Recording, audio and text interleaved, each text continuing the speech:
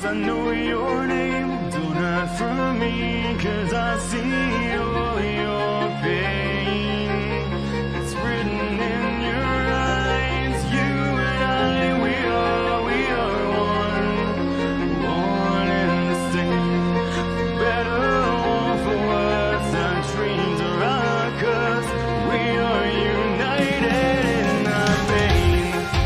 So tell me why we live like angels with no halos, walking blind in a wasteland, a graveyard out of sight and out of mind. We must be crazy to live so aimlessly, and yet so confined.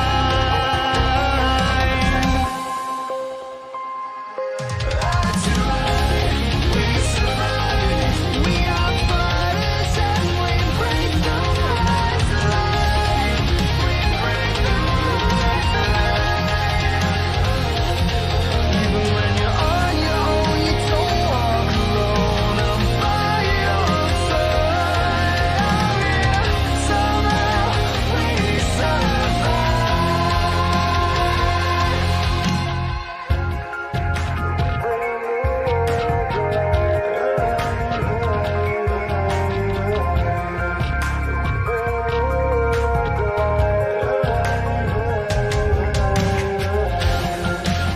Tell me why we're gifted with such insight, but we're so blind to the demons that we all fight. This really by design, and if so, then what happened to our human side? If we can't let go of the hate in our souls, then I fear we've wasted our lives. We survive. We are fighters and we break the lies alive. We break the lies alive. Even when you're on your own, you don't walk alone. I'm by your side. Somehow we survive.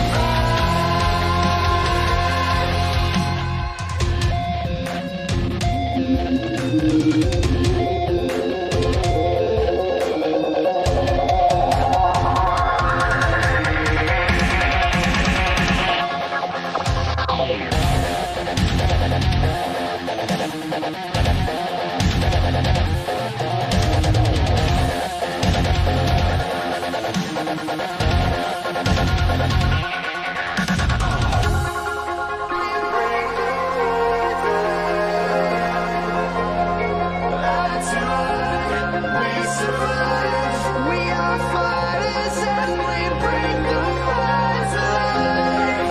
We break the lies alive. Even when you're on your own, you don't walk alone. I'm by your side. Somehow we survive.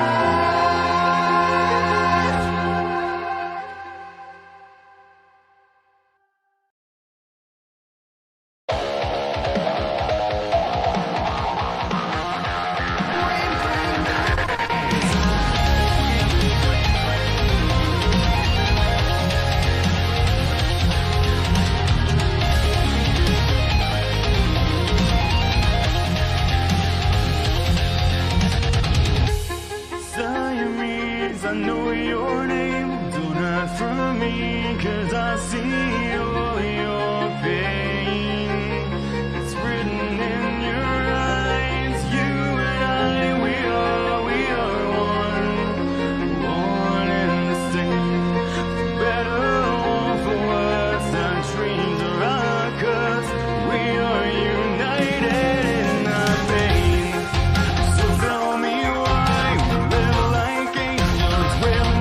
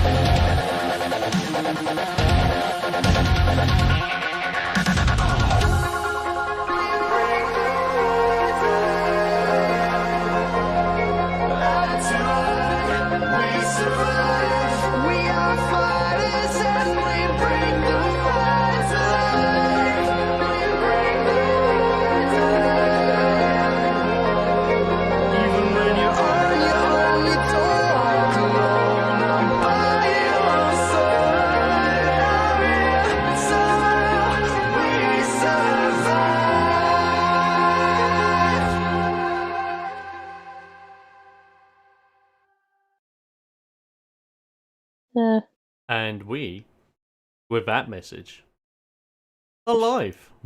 Because I just thought, why the hell not? Yeah, Yeah. true. Do that. So, ladies and gents, welcome. Ring Warrior stream this evening, but a little bit different. As you see on the screen, I've changed things around a little bit, as we have the Wrestler's Manual that we all know and love, and a random white document of white. Ooh. What? A white the fudge? I That know. translates to a random white document of white? Yes. The random white Yeah. document of white. What does this Also- mean, Dom? It means we're gonna break my game, or try doing it. So, howdy, happy? How you doing? So the main gist of today's stream is update for those who didn't check in the last major scenario we had, which was fun. Evie, aka the player behind Artemis, has sadly had to back out from Ring Warriors for the time being.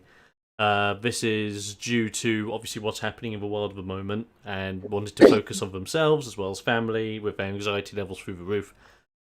And that's absolutely fine.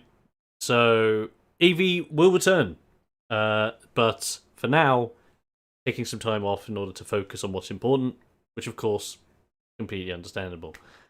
Because of that, I obviously have ideas for how to keep the campaign going, so that's not the problem. I just thought, because I haven't exactly had much time to plan much campaign-wise because of work, whatnot, I thought there's one thing we haven't done in ages, which is actually have a stream where I don't even think we've had a stream where we've really gone all the way constructing a character from the ground up and actually showing it on stream. Especially since these recent updates. I think the last time we did it was when we only barely touched on the idea of a harm and favor system, but that was more so a demo of how it could work, while now it's in full effect. So, Yeah. we're going to do this with a twist. We're not just creating a character. No. No. What we're going to do is, we're going to create a character that we're purposely going to attempt to break the game with. The reason for this is because A, it's fun, and B, broken characters are insanely fun. Not Yes, so much they are. for game masters or dungeon masters, mind you. Mm-hmm. But there you go. You two are kind of like Power Falcon and the Yakamura. Which ones? Whichever. Take your pick. Mm. Choose your blood right. I mean, Yeah. I don't even know what we're talking about with that part, but yeah. Well, Happy's from another Discord server that I'm a part of. Owned by another YouTuber by the name of Pyro Falcon, who's a great guy. If you haven't checked him out, be sure to give him a check out and subscribe if you like. But it was good times. I've got a lot of really nice people out there. So Exploder and your girlfriend, of course. Oh, of course. Thank you very much. She's not joining me tonight though, so I know, but that's mostly because, well, I don't have a reason. But that's the point. Besides the point, she isn't an active player in the campaign. Basically, she's interested, but she needs to learn more, which I'm planning to do. So, for the time being, Heather is not included in here, but she might be in the future. Who knows? Do it. Do it. Do it now. Do it. So, why don't we get started? Oh God! I just thought up something. A character who only uses puns. See, now that's broken in itself, really, isn't it? Yeah, it is. That's They already Indeed. because the thing is, if your pun game is on point, you're going to get wrestle points all the time. It doesn't even matter about crits. I mean, I suppose it depends on like the game master, really. Like, if True. they appreciate puns and stuff, then yeah, they're gonna like spend them left, right, and center. But who knows? Yeah, and like I myself am in Reddit called Pun Patrol. So so yeah. But there we go. There you go, indeed. Very true. Right. Without further Well, ado, it should be pun troll as opposed to troll. See, Yeah. see. Yeah, I see it. I see it. Ah. Ah. Right, so I'm going to get this started out by just setting out some basic bits. So we need our name, we need a race, we need a style, and then we need our HP AC values. Then we need our power. No, not Powerhouse, stop it. We need... It's Kalo! How you doing, Kalo? We need our... There, we need our power, cunning, toughness, smarts, wits, and appeal. And then our skills from there. Simple as. And then as we go to make the character, we will flesh these bad boys out. Simple as. So let's begin with character creation. Where do we start? Well, we're not going to start by naming the character. I think we will name the character at the very end. Once we have an idea of what abomination we have created and brought forth onto this world. Why don't we roll for the race and maybe the class? Yeah, like that would be really good. It's an idea. I like that. And see how broken we can get the bloomin' race Yeah. and class. Yeah, no problem. And also, no worries, Happy. I'm just good to know that you're enjoying Pokemon Ultraviolet. It's really good.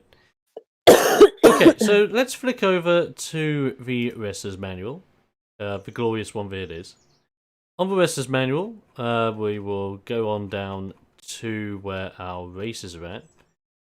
Doobity-doo, doobity-doobity-doo, doobity-doo. You can tell there's a lot of a manual already. And here we are. So we have Agricon, Azarian, Dwarf, Elf, Gnome, Hissend, Human, Loplin, and Sharkon. Giving us in total 1, 2, 3, 4, 5, 6, 7, 8, 9.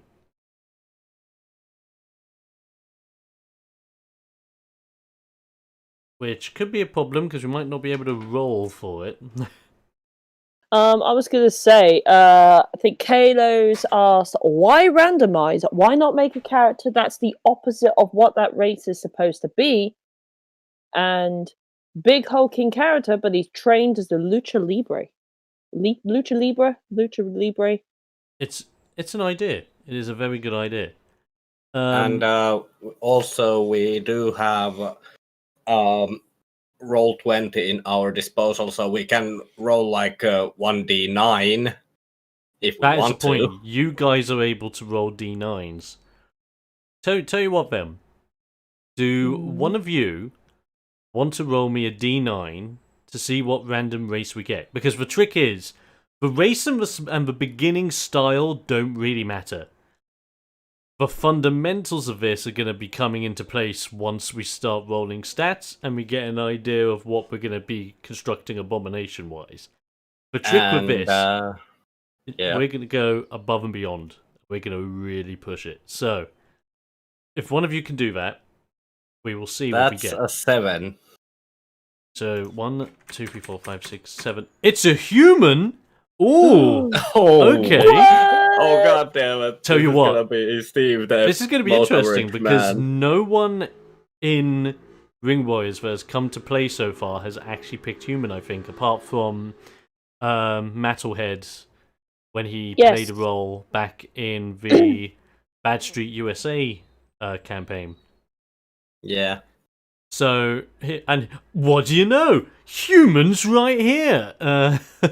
Hey. So this is why I set up the screen in such a way, so that you have stats one side, manual the You other. you know what? I think the human would be the perfect race to first test the breaking point because of the +2 to any one stat or 1 to any 2 stats.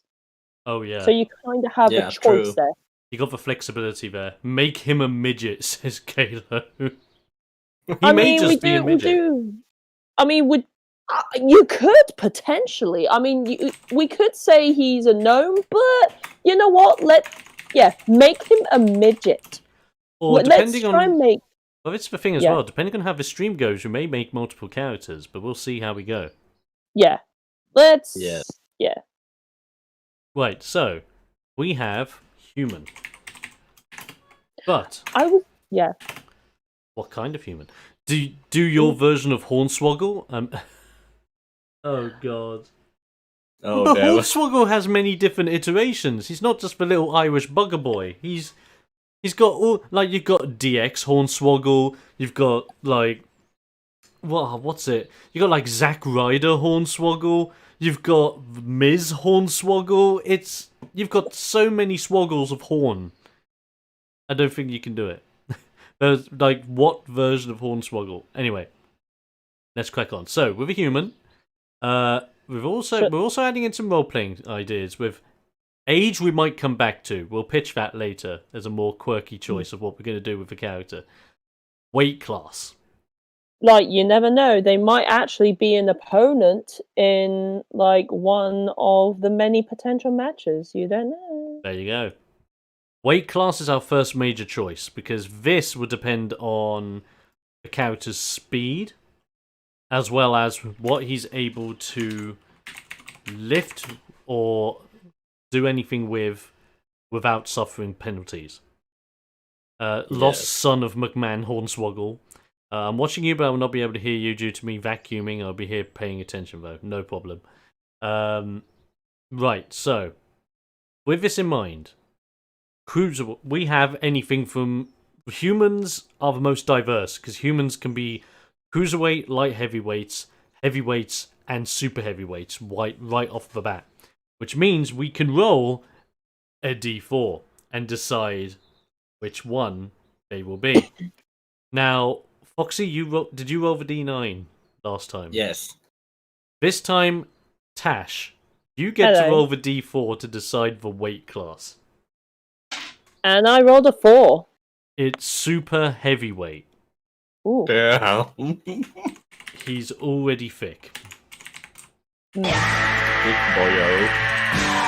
Or girl. I don't know. Genkai Hiretsu with a lemon on D Live. Thank you very much. Just saying hey, says James Long.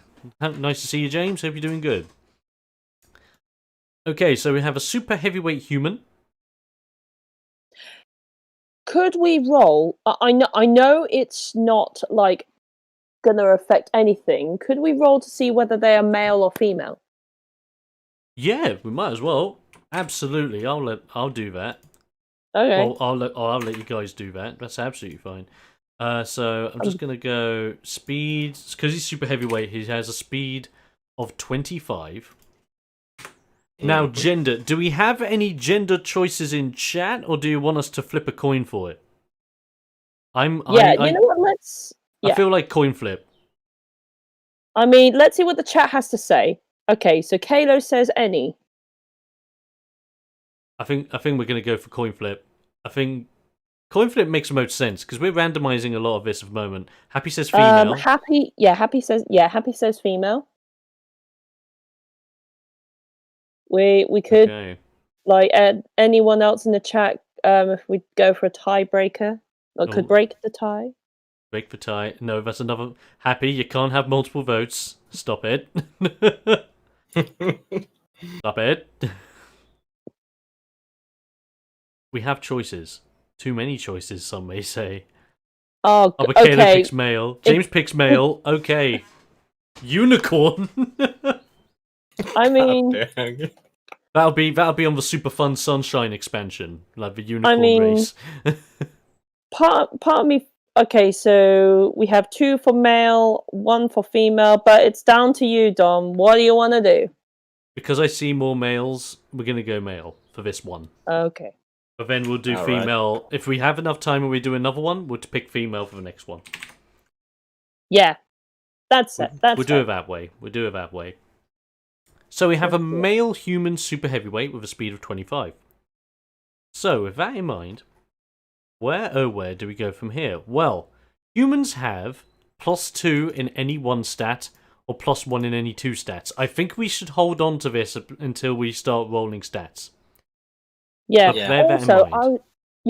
I was kind of thinking, I mean, if you thought about a standard array for like the actual thing, but I mean, I don't know, have you actually thought there could be a standard array or not? Oh yeah, Down to you? like I have been thinking of putting in a standard array for stats. The trick is, in order to make the standard array for the stats, I've been thinking about it, and I think the best way to make a standard array for the stats, we have 6 different stats from power to appeal. My idea of an array, if you didn't want to roll for stats or anything, is literally you have a 6, 5, 4, 3, 2, and 1. And you make your character based around those. So you actually have one number, you have the highest number you can possibly roll, and the lowest number you could possibly roll, and every number in between. And you literally have to pick where they go. And it's a big decision as well, because you're going to be really good in one thing, very good in another thing, all right in one thing, not so good in one thing, and pretty terrible in the last thing. Which is going to be really interesting. Kato says test it out. Should we test it out? You know what? Yeah, why not? Why Let's not? see how standard array goes. I want to buy this game. Thank you, Happy. We got one sale.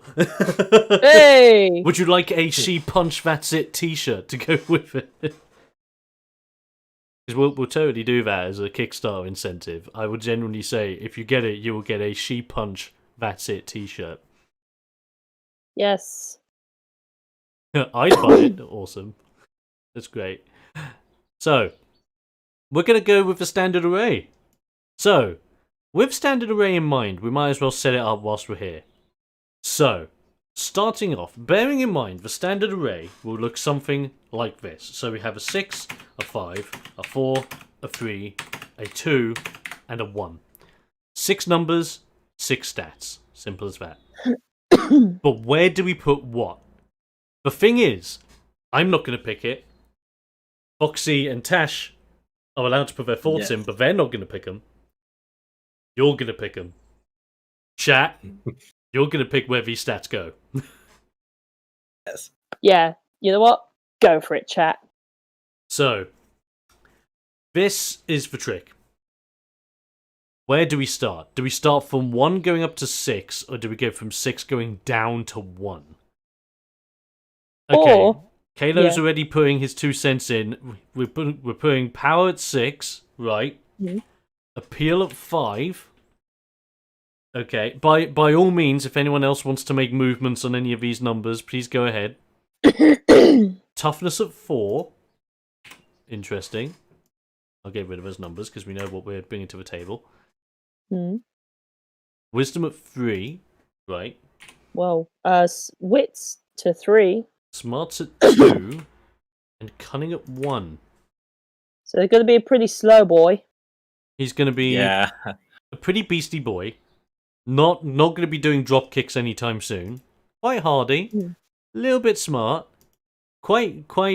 He's got a lot of common sense and a lot of witticisms behind him. And he can. And he's not on the verge of becoming the next Rock, but he's pretty darn good. He's a super heavyweight. Makes sense to me. Fair enough. Is everyone in chat happy with this? I'm quite happy with this. A nice mix. Yeah, that's Nice fair. I don't Nice mind this. variety. I like. So, if we go with this, we have our standard array set up. So we have 6 power, 1 cunning, 4 toughness, 2 smarts, 3 wits, and 5 appeal to kick things off. Now, bearing that in mind, we can either put +2 in any one stat or +1 in any two stats. What do we pick? This is the question. Because my inner gamer is telling me to go with +2 in any one and change the 1 to 3. So that then cunning isn't a dump stat. Cunning can actually be half decent, especially since there's a lot of moves that use cunning.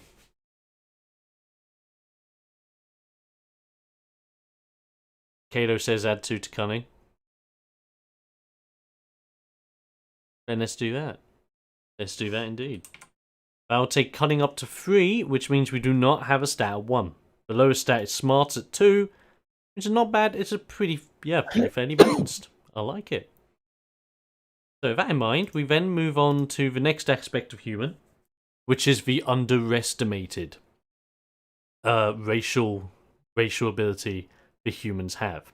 This was my way of making humans a little bit more interesting from the get-go, so that they have a little bit of an edge against some of the other races that are more naturally dominating than a human. So, as a human, you are underestimated by the other races, and as if to be nothing more than normal with nothing special. But what do they know? Roll a d12 and gain one of the following aspects to your character. With this in mind, let's go over these before we roll for it to go over what we could get on our human. Number 1, a third arm. As you mature, you feel something growing from behind your back, and you grow up with a third arm, allowing you to punch or open palm strike your opponent as a bonus function. Madness. Insanity. Then we have roll number 2 for cat size. Your eyes are more keen than what others believe. You are able to see in the dark up to 60 feet. This is basically dark vision, but what's the biggest problem in 5th edition? Every major race has dark vision. Apart Why? from halflings and dragonborns. Which is dumb. Like, what's the point of going through a deep, dark, scary cave if all you need is one party member with dark vision that can see in 60 feet darkness? I don't know about you. I think it's a little bit bad. I think one race having it, or a couple of races having it, is fine. But the majority of them having it, why? It completely throws away the point of having torches and having to maintain them throughout a deep, dark dungeon. At least in my opinion, but hey-ho. That's the thing. You should try playing Earth Dawn. Nobody has it and no one knows anything. Ah. Fair enough. Oh, excuse me. Make him a blue eyes white dragon. I don't think I have the capabilities in this game, sadly, but we will see. Roll number 3. Will be in. Oh, go ahead. It will be in the expansion for The Yu-Gi-Oh! Crossover expansion, yeah. Yeah, or the Oriental Eastern, the Eastern expansion. Yeah, Or, there you go. Japan. fantasy expansion or something along the lines. Yes. But we already Ring- got fantasy races anyway, so... It's Ring Warriors Let's Go Anime Edition. Yeah. Yeah, No, that's it. It's Ring Warriors Moe Edition. Oh No god way. damn it. Done. Oh my god. Anyway, Oh no. number 3 on the human bits. We get big bellied. A larger exterior means you can apply more of a squash. Your character is large bellied and can roll with favor on any body slam strikes. Cool. Basically, you're a fat boy. Number 4, thin and agile. Light and nimble. Some may see you as a walking stick man. Your speed is increased by 5. Could be handy as a super heavyweight. Number 5, pocket pincher. You have a criminal background, and as such, know how to acquire that which does not belong to you. When rolling a cunning check for stealing objects or money from people, you can roll with favor. Awesome. Number 6, Seducer. You have a keen eye for the opposite sex, and you gain favor on appeal checks when used against the opposite sex. Simple. Works. Number 7, Eager-Beaver. Your keen and eager attitude makes you excited for battle. You gain +2 on your initiative roll. This, ladies and gentlemen, is the only initiative boosting skill in the entire game, and the humans get it. If you roll this as a human, you are already +1 above the rest. More or less. So keep that in mind. Number 8. So, yeah. Oh, go ahead, Tash. I was going to say, have you ever thought about having, like, instead of, like, rolling for the things, just have people have the option of picking what one Oh, thing of course. they want? Absolutely. Because one element I want to incentivize with this is that you can roll, or you can just pick and come to an agreement with your GM if you have, like, especially if you have, like, a character background that, like, that is made even more obvious if you picked one of these rather than just randomly rolled for it, then go for it. I'm not going to be pissed off by it. I would encourage you to do it if you have an idea that you want to go with. Absolutely fine. Even if you just want to min-max, go crazy and do it. Go at your own pace. For those who want to roll and leave it to fate, it's there as well. Options. So we have number 8 next, Stylist. You know what goes into a good attire and makes it look good or look bad. As a bonus function, you can boost yours or an ally's within 30 feet AC by +2, or you can lower an opponent's AC within 30 feet by -2. This skill has a 1d4 cooldown between uses, and the effect lasts until the end of the round. Because one of the big incentives of the game is AC manipulation, this is very good. Then we have number 9, Split Personality. This one I find hilarious, and people that love to roleplay will love this. You feel as if there are two halves of yourself, good and bad. Whenever you roll for initiative, you roll a d4. If you land on an odd number, you turn heel. If you land on an even number, you turn face. It's so interesting. This literally can mold into very intriguing characters if they're going to switch between. It's basically like if you want to think about it, Split Personality on number 9 is basically launched from Dragon Ball, where you sneeze, you change personalities. It's great. I mean, it's also similar to a character in Danganronpa that I will not give away, like, because spoilers. Oh, yeah. This is mainly for the first game, but also Ultra Despair Girls. Yes. But yeah, I will not reveal who it is for those who have not seen it and want to. Fair play. So, to explain that to people who may not understand wrestling terminology, turning heel means that you have turned into a bad guy with bad intentions. Turning face means that you are a good guy with good intentions. Simple as. Then we have number 10, Badly Tempered. When you are in a fight, sometimes you go berserk. When you are below 50% of your maximum health, you must roll a d12. If it is 6 or above, you keep your sanity and can move freely. If you roll lower than 6, you can only move directly towards opponents and must attack each turn if able, even if it is an ally. Can we make him go Super Saiyan God Super Saiyan? Again, I don't think that's a real function of the game, but who knows? We may be able to make someone close to Super Saiyan God. We'll see. Number 11, The War Goes On. You never give up, even on the brink of defeat. You can use your health die to heal yourself as a bonus function after attacking an opponent, and you can use this skill as long as you have health die. Very handy if you want a quick patch-up job. And then, last but not least, number 12, Darkest Depths of the Mind. To you, darkness is but another friendly face. You are able to look into the dark reaches of your mind and ask for help.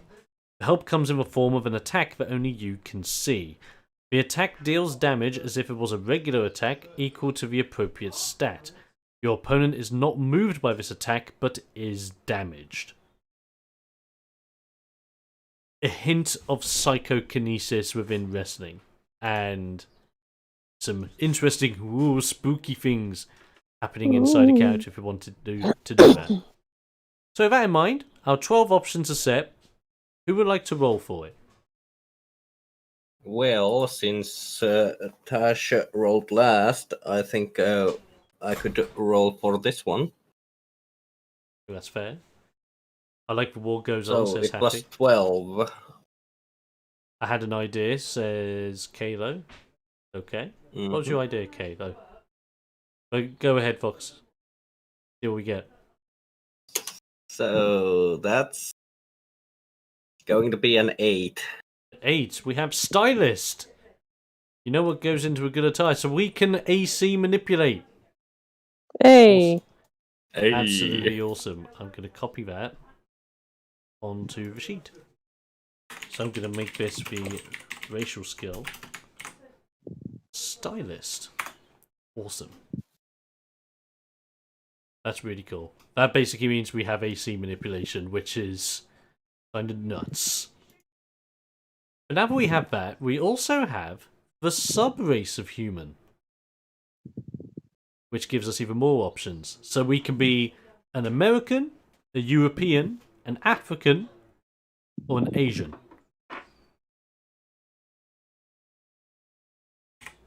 With their own different twists and turns.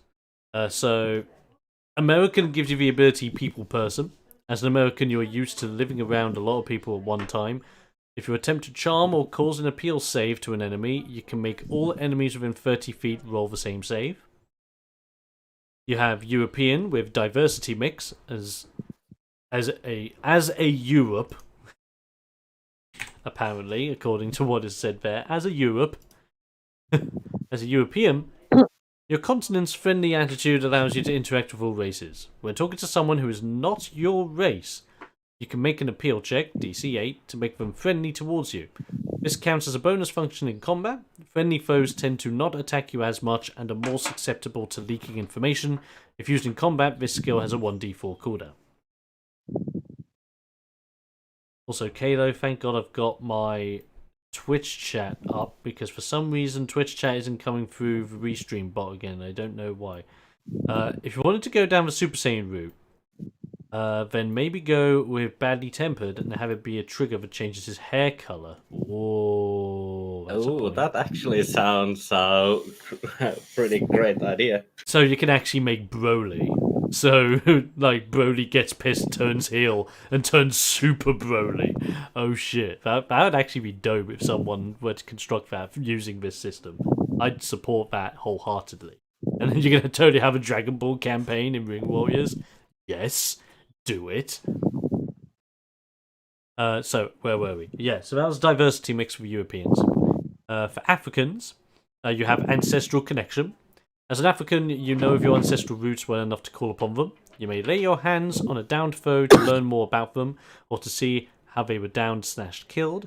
If used on an opponent who is not KO'd or dead, you must roll a smarts check and roll successfully. You can basically learn about your opponents. I was gonna say, I think I gave a suggestion of like if you manage to hit them or something along the lines, you could learn like one piece of information, either their like AC stat block or That was it. like things that Oh, could no, that makes sense. Oh, you mean like Gungnir Spear in Tales of Pumpkins and Fortunes? yeah, something along those lines, but obviously adapted more for Ring Warriors. Yeah, of course. Learn about one of their stats, their AC, their current HP, their current health points, or learn something about their origins. Right, I've just added to that because I was meant to add this on. So what I've added on is, okay, if used on an opponent who is not KO'd or dead, you must roll a smarts check and roll successfully.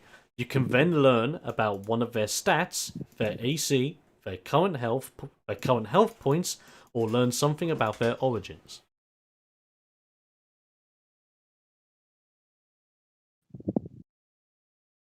How's that sound for you, Tash? That's...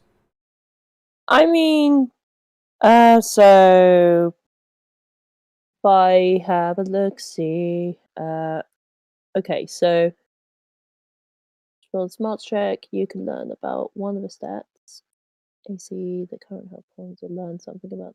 Yeah, that sounds fair. Like, and it's not only for like a kind of technical term, like as in like during a match you could learn like certain piece of information, but for role play kind of perspective, if you're more okay, I want to see what tick like makes this person tick. I want to like see what intentions they have. That could be pretty useful. Like, so it's not just redundant on certain like scenarios, if that makes sense. My poor brain's like there. Yeah, so Like, basically learning about their intentions during like the battle you're in. Well, that or I was gonna say if it was only for like fighting. Oh, okay, that makes sense. Yeah, reading that again, I'm like, oh yeah, like oh yeah, like during a fight and that. Yeah, okay, that makes sense. I was gonna say like whether you could use it outside of a fight or not, but that makes sense now. So you can, yeah, so you have a function of being able to use it outside as well as inside. So it's got that capability to it. So you got options. Yay. Okay, so you've got ancestral connection for the Africans, or you have the Asians with chaos and peace. As an Asian, you know how to adapt your situations. At the start of your combat, you can declare chaos or peace. Upon declaration, you roll 1d4, which grants you that many uses of the following. Chaos. The next 1d4 attacks made against you have 2 points shaved off. Peace. The next 1d4 attacks made against opponents heal you for half the damage. Okay. Yeah, because I think the original like thing you had for the Asians like was that they could turn like a face or heal, but then that would make like these bloomin' split personality like thing redundant. Yeah, exactly. So that's why we changed it a little. We changed that to obviously cater to the changes that were made prior in the rotation in the role list. But on top of that, we also made something that's a little bit more quirky and unique for a sub-race option. Well, hey. Oh. So, with this in mind, do we have any ideas of where we would want to go? Do we want to be an American, a European, an African, or an Asian? That is actually a great question. I was gonna say, because I'm feeling. I was gonna say whether it would be good to put it to our viewers. Yes, you can do. Maybe. Chat is your choice. Do you want to be American, European, African, or Asian?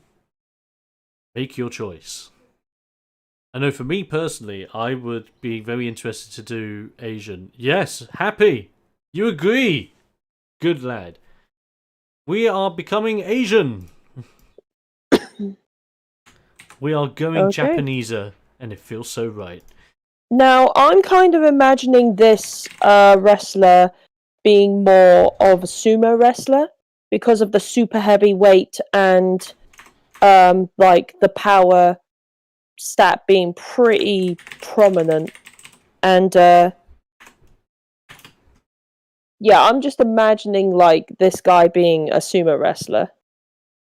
Yeah. I can see that. I can see that so far. It's coming. It's forming like that, isn't it? At the moment. Okay, so at the moment we have our stats, we have our race all fully sorted out. Now we roll down to probably the hardest choice, or the hardest roll we're gonna have to make for the choice of wrestling style that we start with. I say start with because one thing we're gonna try and do with this character build, we may even have to use multi-styling to truly try and break this game or make this character its own. Because this character is going all the way up to level 20, just to be crazy. So, here are our choices for everyone. We have the Technician, the Powerhouse, the Brawler, the Luchador, the Extremist, the Strong Styler, the High Flyer, and the Icon. Or effectively 1, 2, 3, 4, 5, 6, 7, and 8. We can roll a d8 on this. I mean, my gamer mind is kind of like leaning towards one or the other, but I will leave it down to you how you want to do that. I think we've been rolling everything so far. We need to keep the trend going. We need to see where this ends up. So, what I think we're going to do is, if we can multi-style into a style later on, every level we are going to roll for a different style, and if we fit the multi-style requirements, we will do it. And you will level as that style. And we will basically see how crazy this goes. Obviously, if you can't multi-style, we'll have to rule that one out and re-roll until we have one we can do. Or just blanket say, no, let's do another level of this until we can opt doing that. Yeah, Extremist is really cool. Extremist is, if I went over these briefly, Technician is your ring manipulator as well as more of a focused on submission-based moves and technical moves. Powerhouse is all about literally lifting, slamming, and decimating. Brawler is all about smashing the living daylights out of them with punches, kicks, or whatever you can throw at them. Luchador is all about lucha libre, adding in aspects of appeal into his performances, as well as a nice mix between power and cunning. Extremist is all about weapon usage and is the only style in the game that can really fully utilize weapons without them breaking or having pluses to their break die, which is cool. Strong Styler is all about very strong, very sharp, very heavy hits that can also do either debuffs or damage over time attacks. High Flyer is all about... This is actually your ranged wrestling class. This is your class where you can fight from 30 to 60 feet away and bounce back to your original position. And just keep... You basically act like a Dragoon in Final Fantasy, where you jump, you stay up in the air for 5 years, and then you come down on your opponent when you're ready. It's fun.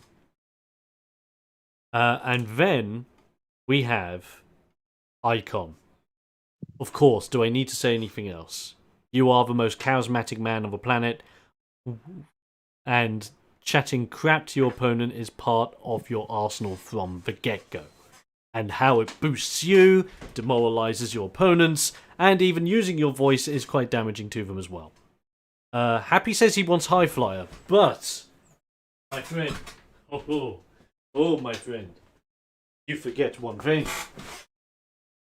You are not deciding this factor. Fate in the form of a D8. Oh, sorry, that's a D12. Fate in form of a D8 will decide this. Specifically, Tash rolling the D8 because Foxy did the other one. Yes. Okay. So, So- D8, you say? D8, please, and we will see where we land. So the number I rolled is 6. So, 1, 2, 3, 4, 5. It's a strong styler.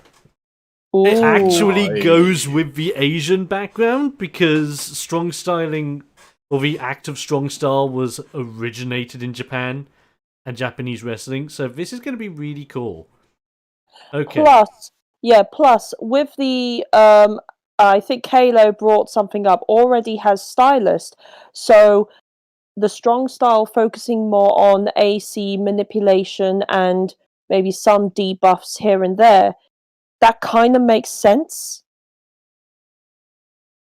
Oh no, Happy, Yeah. I know about the chat delay. I wasn't ignoring your choices at all. We were just leaving it to fate and relying on dice rolls. So I'm not ignoring you. And don't worry, the delay is not actually that bad. It really isn't, in the grand scheme of it. So, where were we? Strong Styler. With Strong Styler, we begin level 1, and I will write this down as we go along so we know where we're going. So, Yes. style. We are at the moment, level 1 Strong Styler. I was just mentioning it. I know, Happy, but there's literally nothing I can do. If there's a delay on YouTube side, there's always been a delay on YouTube side. It's YouTube's problem, not mine, sadly. But at least you're getting the stream. That's the most important thing. So don't be disheartened. Anyway, with Strong Styler. Now that we've picked that, we are level 1 Strong Styler.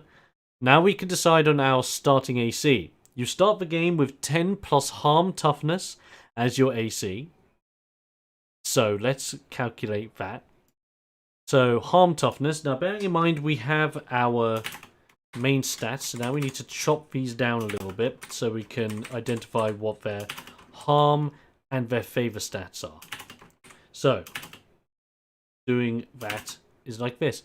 So 6, for example, your Harm will be 3. And your Favor be 9. Simples. For Cunning, because it's 3, your Harm would be 1. But your Favor, if I do this correctly, so yeah, because it's Harm is half your main stats rounded down. Favor is half your main stat rounded up. So for Favor, if you're adding half of that, that will be an extra 2. You have a Favor of 5 on your Cunning. Harm for Toughness will be 2. With Favor for Toughness being 6. Oh, sorry, I said 6, not 5. Keyboard being a wazard. Then we have Harm Smarts, which is 1. And Favor Smarts, which is 3. Then we have Harm Wits, which would be the same as our Cunning. So 1 and 5 respectively for those ones. Yep. And then for Appeal, we will have half of 5, which as you can imagine is 2.5, so Harm is 2. And then Favor, bearing in mind it's 2.5, rounded up will be 3, so we have 5, 6, 7, 8. And those are the stats that we have fully broken down. Now, bearing that in mind, we need half of our toughness, so we need 10 plus Harm Toughness as our starting AC. So 10 plus our Harm Toughness, we start off with an AC of 12. So that means that if an opponent was to attack you, they would need to roll their D12 as well as any attack boosting things that they do, and need to hit a 12 at least to even warrant a kind of hit, bearing in mind that a 12 would count as a counter opportunity, which makes things uber interesting. So, good shout. From there, we move on to the next one, which is we should have actually calculated our starting health one.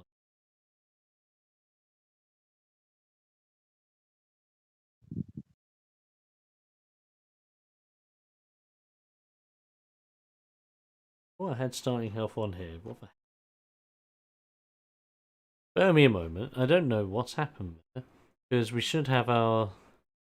Oh no, wait a minute. I moved starting HP because we've actually made a whole section on that, if I remember. Bear with me a second.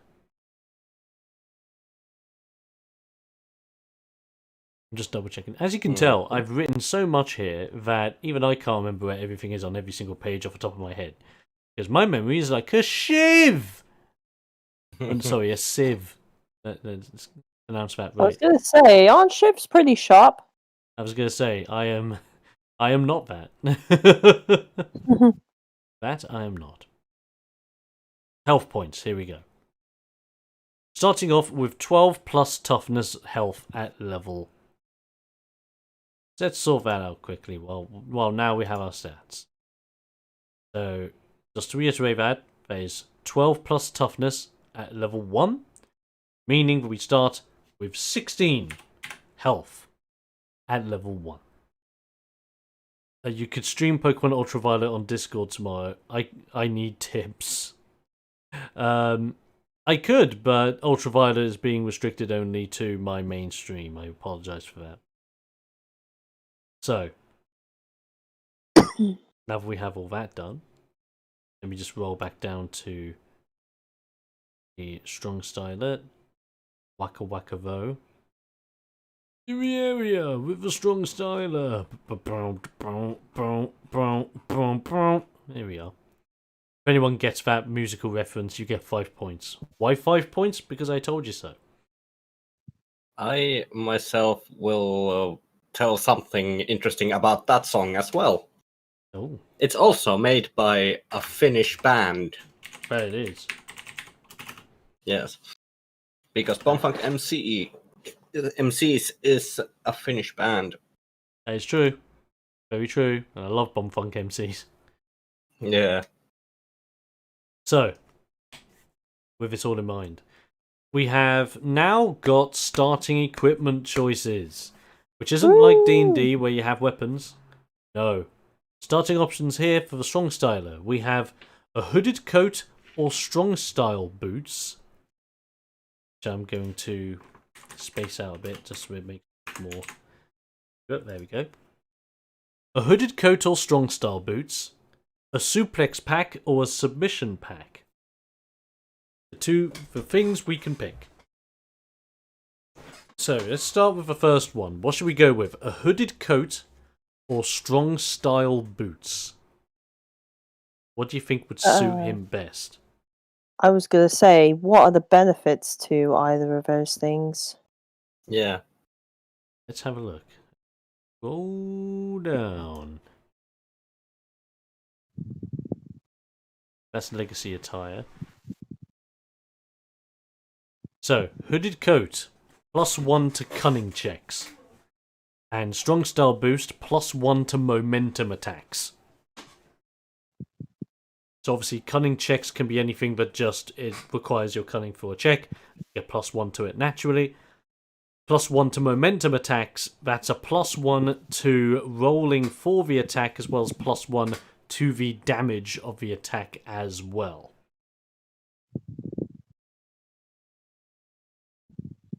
So we basically have either something for checks or something for attacks and damage output.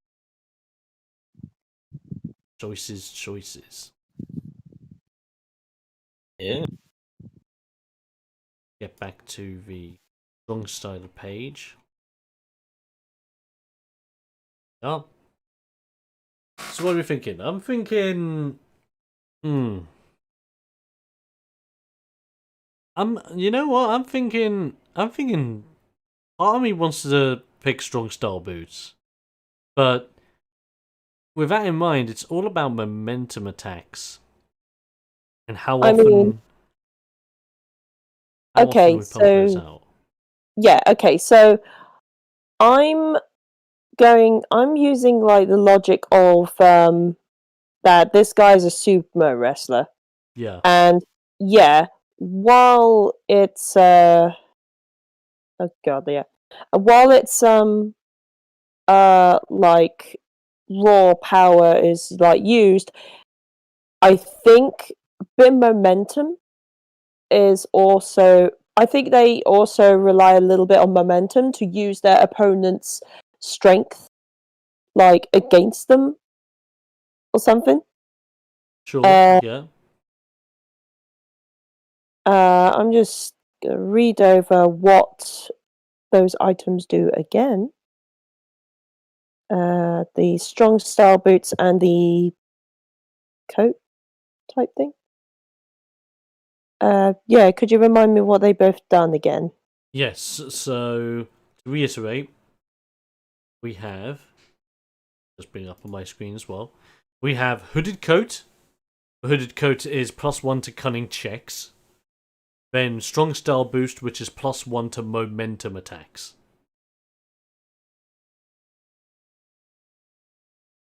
And to clarify for momentum attack, would this rely would they rely on running or yeah, my poor brain's so Yeah. what's like momentum? So basically, Attack. anything that requires you to run or charge into your opponent. So it's basically using your move as well as your attack in one combined effort, rather than just going move then attack. Yeah. I mean, I think possibly. I mean, now that I'm thinking about it, yeah, actually, I'm kind of like stumped. I'll leave it to you guys, like to figure that one out. But I mean, I put my 2 cents out there. Yeah. Because I'm thinking, as much as the hood would be good, the hood would have been more beneficial if we kept our cunning at 1, because it gives us a little bit more of a defensive option if something that required our cunning just wasn't quite good enough. But we've got 3 in cunning, which is average, which is pretty damn good on its own. So my mindset is, if we were to use momentum attacks, getting that additional +1 early on can be pretty darn devastating, and that could be the edge between getting an actual hit, a not so accurate hit, or even a miss. Oh yeah. Yep. Okay, so yeah, I'd say I agree with that then. Okay, let's Yeah, go with same. the strong style boots, which is +1 momentum attacks. Lovely. Now we have the next option. Next one is a toughie. The next one is either suplex or submission packs. And what are in these packs? Well, let's have a look down. So, in these packs, we have... They just keep going down, because here they are. Okay, so it was submission pack and... I've already forgotten. 82 for page. Okay, 82's the page. Suplex and submission, that's it. 82. Okay, so with that in mind, submission pack, this is the first one there, has a 40-foot rope, 40-foot collapsible pole, a set of casual clothes, and a set of lithographs with your signature on them. Or, for the suplex pack, you can get a 15-pound dumbbell, a rolled-up mat, which covers a 10-foot space, a set of casual clothes, and a set of t-shirts with your signature on them. Oh, Choices. indeed, decisions. So, I'm just gonna full screen that. Okay, so it's the submission pack or the drop kick was it? No. Submission or suplex? Okay, submission or suplex.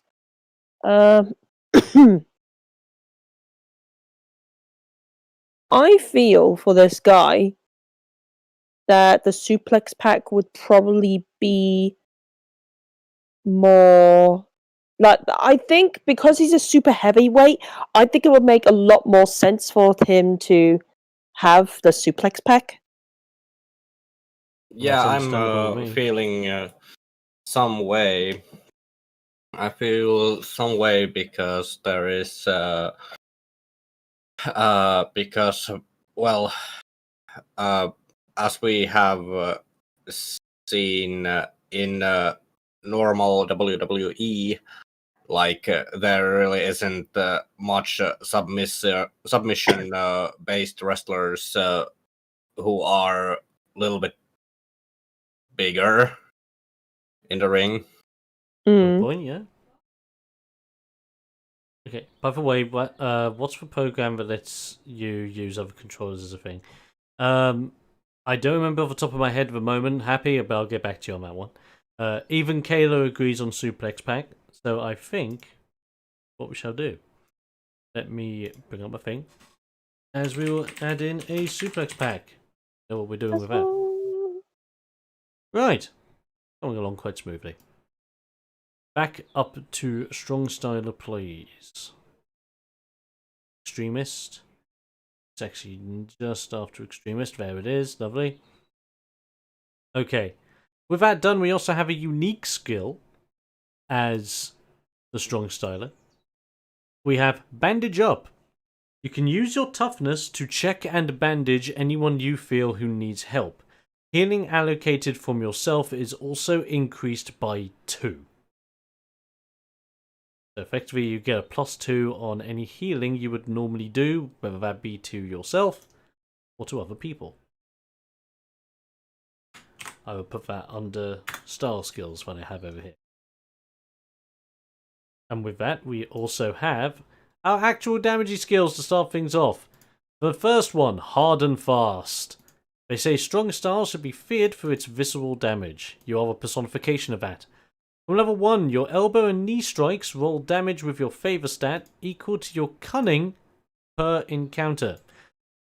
This skill has a 1d4 cooldown between uses. So this means we can basically do an elbow or knee strike with favor damage and roll damage with our favor stat with our cunning, which means we can have that happen 3 times per fight, which is pretty darn nice. So let's take that over to our character sheet. Hard and Fast. Sorted. So that's level 1 Strong Styler. Now here's the interesting bit. To really push this out, we're not just going level 20 Strong Styler. We're going to roll another d8 and see what happens. And see if we fit the requirements. So this is where I'm going to roll for the first time, and I'm just going to randomly see what we get on. Obviously, this is bearing in mind, we do have multi-styling requirements, so if you don't hit the requirements, we just can't do it. We'll see if we can. Let's go. Yeah. Okay. Rolled a 2. Powerhouse. Ooh. You know what? That makes sense. Powerhouse does make sense, but what are the requirements for Powerhouse to see if we can do it? We need at least 4 power and 4 toughness, and guess what? We have both. Woo! So, Nice. we are now a level 1 Strong Styler, level 1 Powerhouse. Let's see how crazy this gets, just with this split style that we're now having. Yeah. So, level 1 with a Powerhouse, bearing in mind, since you're now cross-styling, you do not get any of the starter equipment. So, pair of elbow, knee pads, or any of that, or another pack, no, you're not getting it. You're not getting the unique skill either because you did not start as this. You get none of that. So stop it. You're not that crazy. But you do get the level 1 ability, or skill in this case, Larger Than Life. Which, if you've seen the show, is mostly used by Erg. played by Vinny, who's sadly not with us this evening. So what does this do?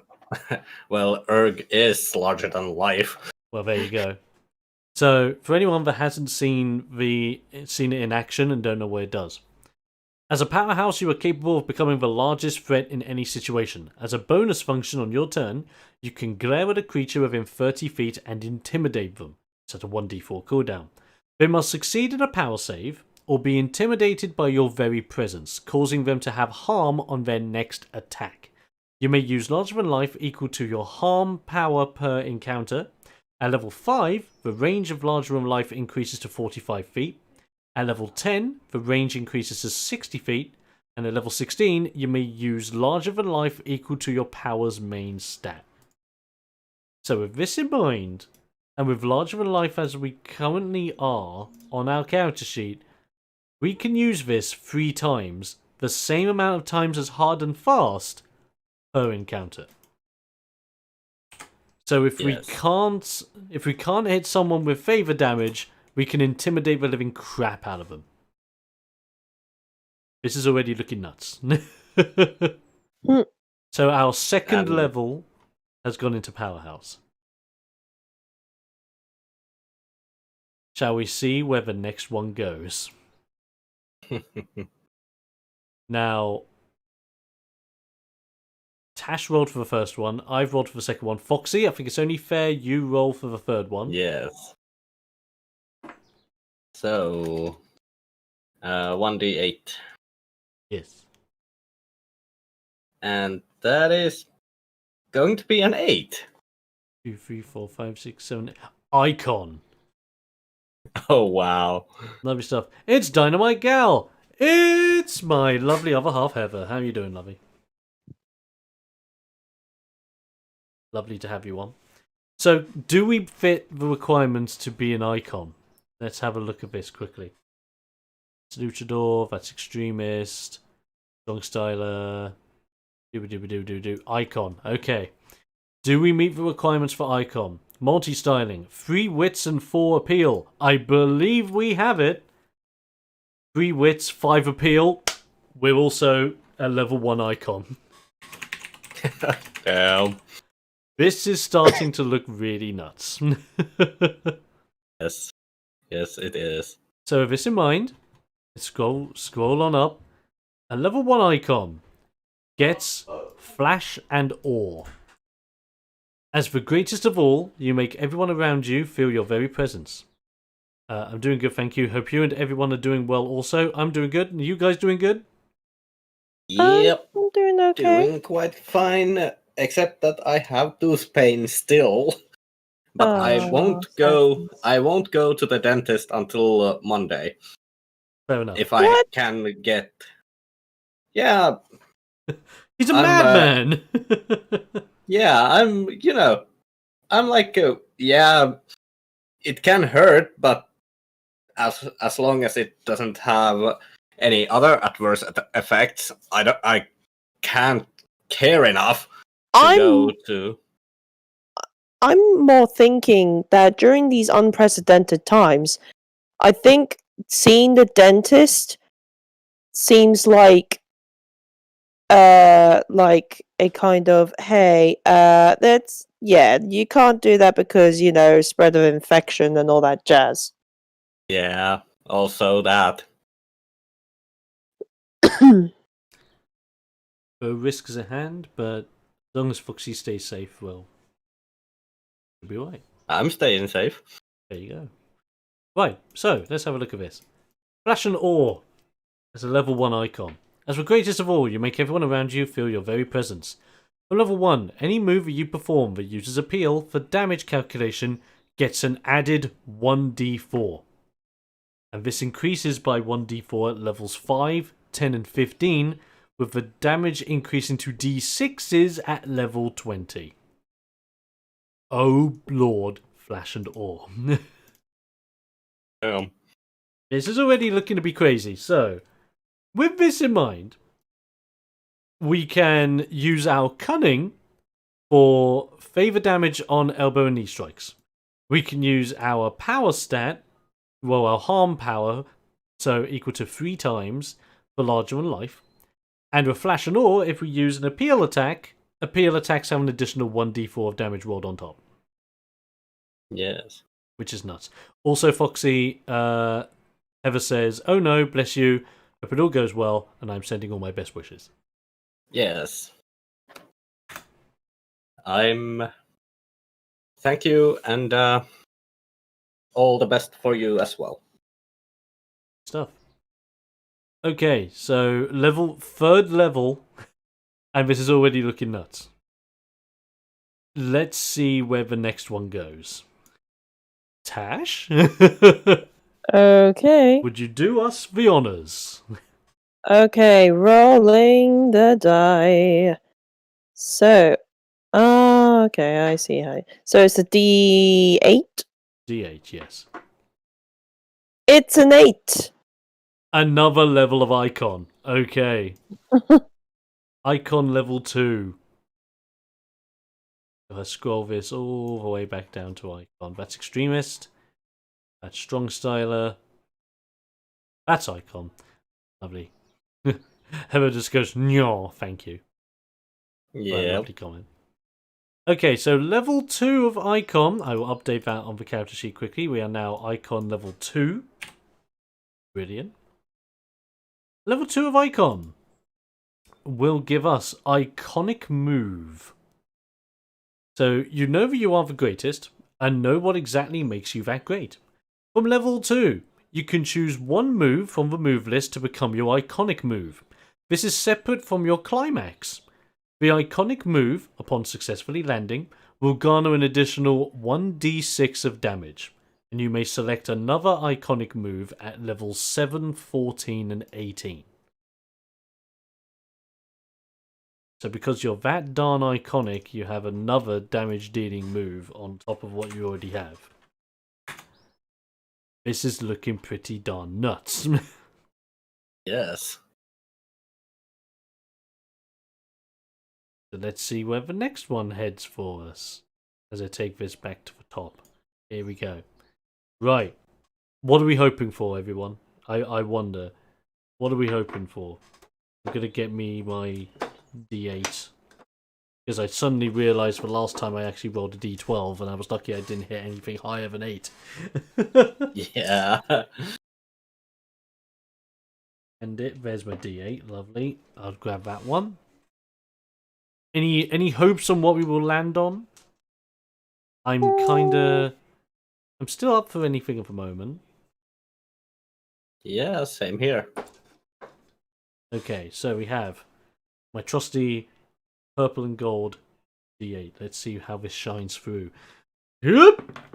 We have a 6. Another level of strong styler. Ooh. Right. Ooh. So now we have strong styler level 2. Let me just update that here. Okay, let's go down to where we had it and see where this ends up. Aha, ha, ha, ha, ha, I saw you. Here you are. Level 2 strong stylers. Let's see where this heads off. We get knife edge chop. So when you slap an opponent's chest, you will leave a mark that everyone can recognize. From level 2, upon chopping an opponent's chest, you may deal 2d4 damage. When the chop lands, you may roll a d4 and attack that many times with the same chop this turn, each dealing an additional 2d4. This is increased to 3d4 at level 12 and 4d4 at level 19. You may not add your stat numbers to damage on the follow-up chops until you reach level 19, and this skill has a 1d4 cooldown between uses. Holy. I feel sorry for any opponent's chest right now. Yes. Because so far we've got damage up the wazoo. This is nuts. Imagine if one of your chops, because there are multiple different chops in the game, imagine if one of your chops is an appeal-based chop. So technically, your appeal-based chop will get an additional 1d4. Actually, bearing in mind 2, 3, 4, 5, we're level 5 now. So with that in mind, Flash and Awe will now do 2d4 damage with an appeal attack. Add on top of the fact that your Knife Edge Chop already does 2d4, and then you do additional 2d4s depending on how many you roll on a d4. It's d4 heaven. This is actual madness. Oh lord. The damage of that already is going to go through the roof. But we're not done yet. That's only level 5. But we have hit. And the soul's still... But we got 15 more to go. Yes, we do. Right, that was my one. Foxy, you're next. Yes. Let's see. Place your bets, everyone. Place your bets.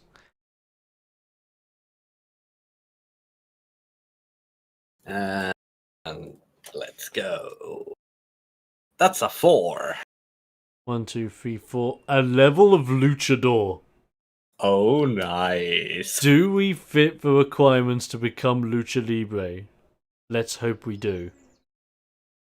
Alright, Luchador, here we go.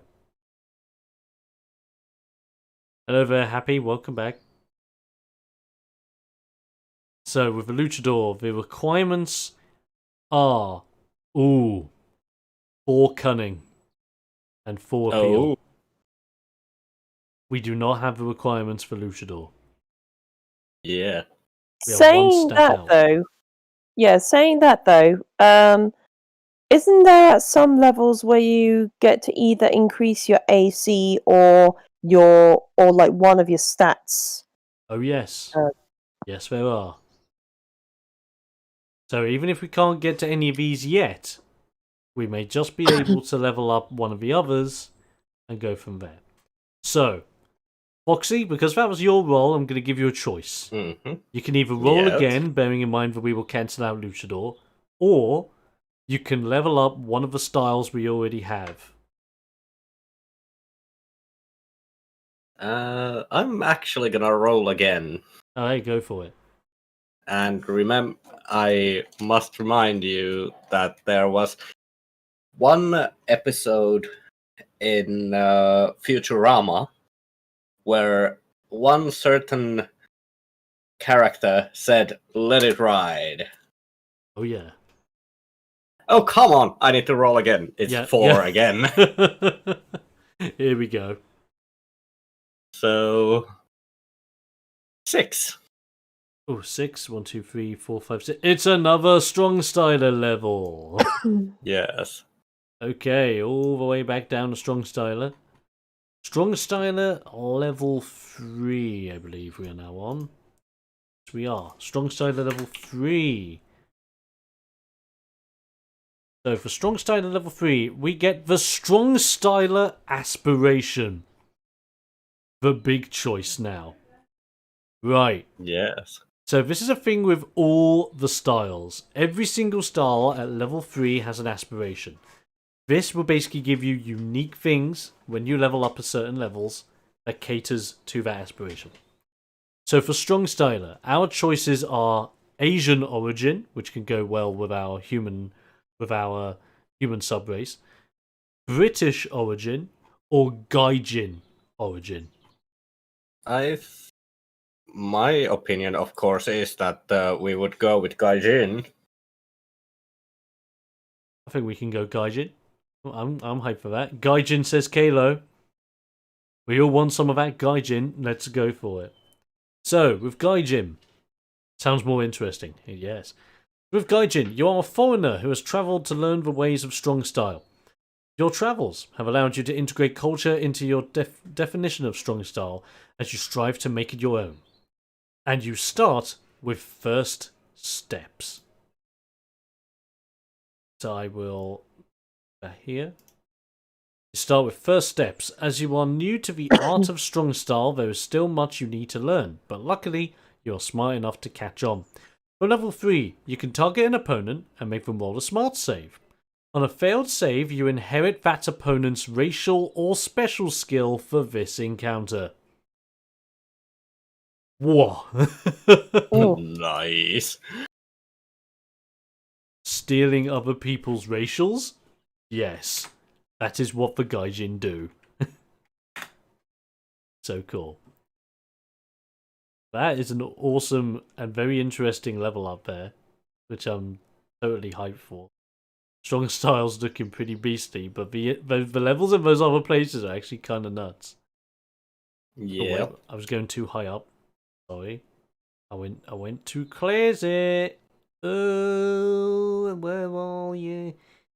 Oh, there it is. Right.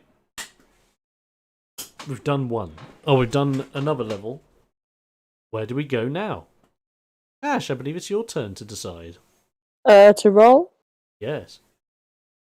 D8, go. Quite true. It's a 5. Do we have what we need to become an extremist? Ooh. Let's see. That is a good question. I don't think we do, because extremist requires smarts last time I checked, but we will see. 3 toughness and 4 smarts. Oh. Now we have the toughness requirement, but we only have 2 smarts. So we can't do it yet. We do get more stats as you level, yes, but only at certain level with certain styles. Bearing in mind this is kind of a crazy build at the moment, but you can level up to an extent where, like, for example, I'll show Technician to break it down a little bit more. You can get AC or stat boosts at level 5, 10, 15, and 20.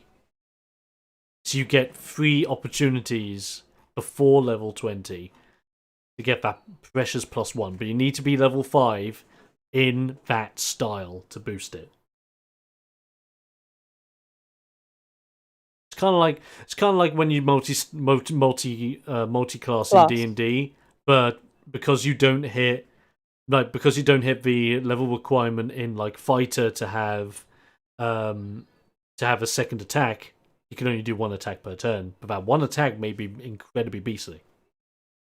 Yes, and also next time we are leveling up in D&D, it is going to be a rogue barbarian who is going to be having multi-attack.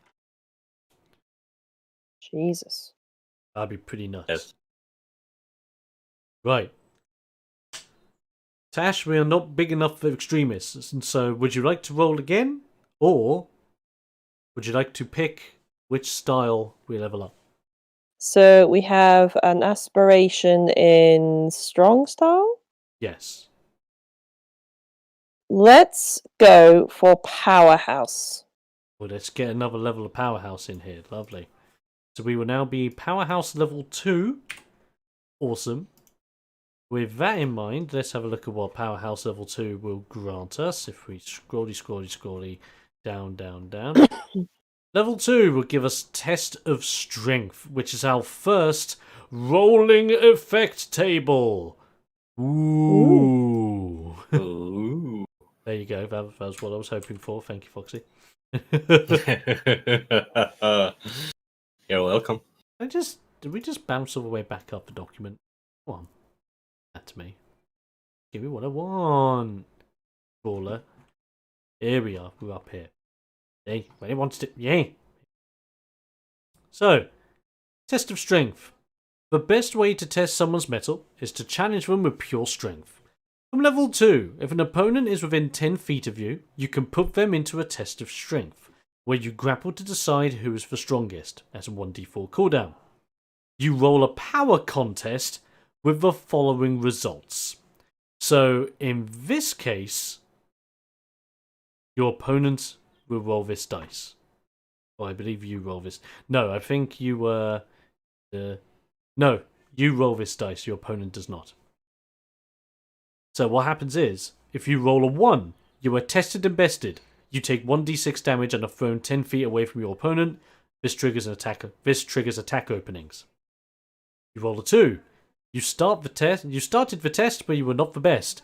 You are pushed back 10 feet away from your opponent. This triggers attack openings. No, if you roll a 3, it is an even contest. Nothing happens. You roll a 4. Your opponent is forced backwards. Your opponent is pushed back 10 feet, triggering attack openings. Rolling a 5. The force of your strength causes some damage. Your opponent is pushed back 10 feet and takes 1d4 damage. This pushback triggers attack openings. And number 6. Sheer force overwhelms your opponent. The opponent is pushed back 10 feet and is dealt 1d6 damage. This pushback triggers attack openings. A mad little skill to have as a powerhouse.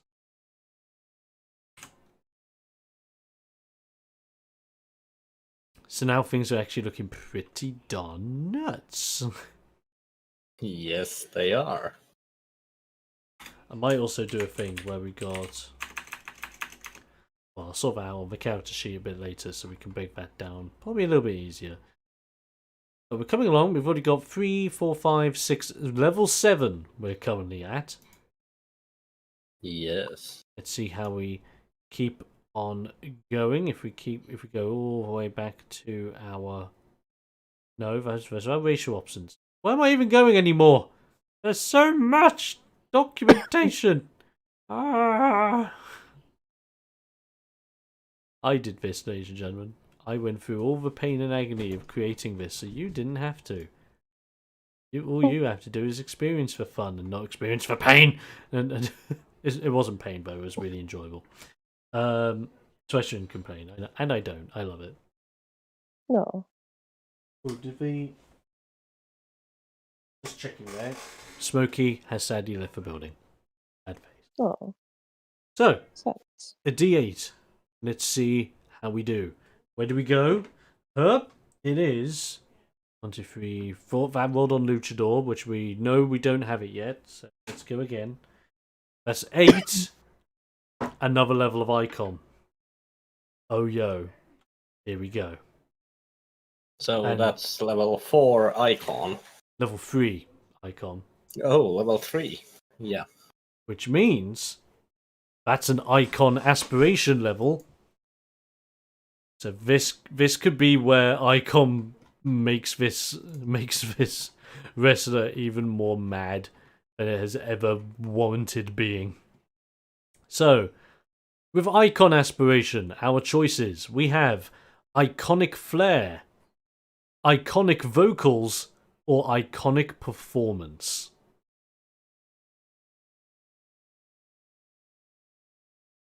Those again, we have iconic flair, iconic vocals, or iconic performance.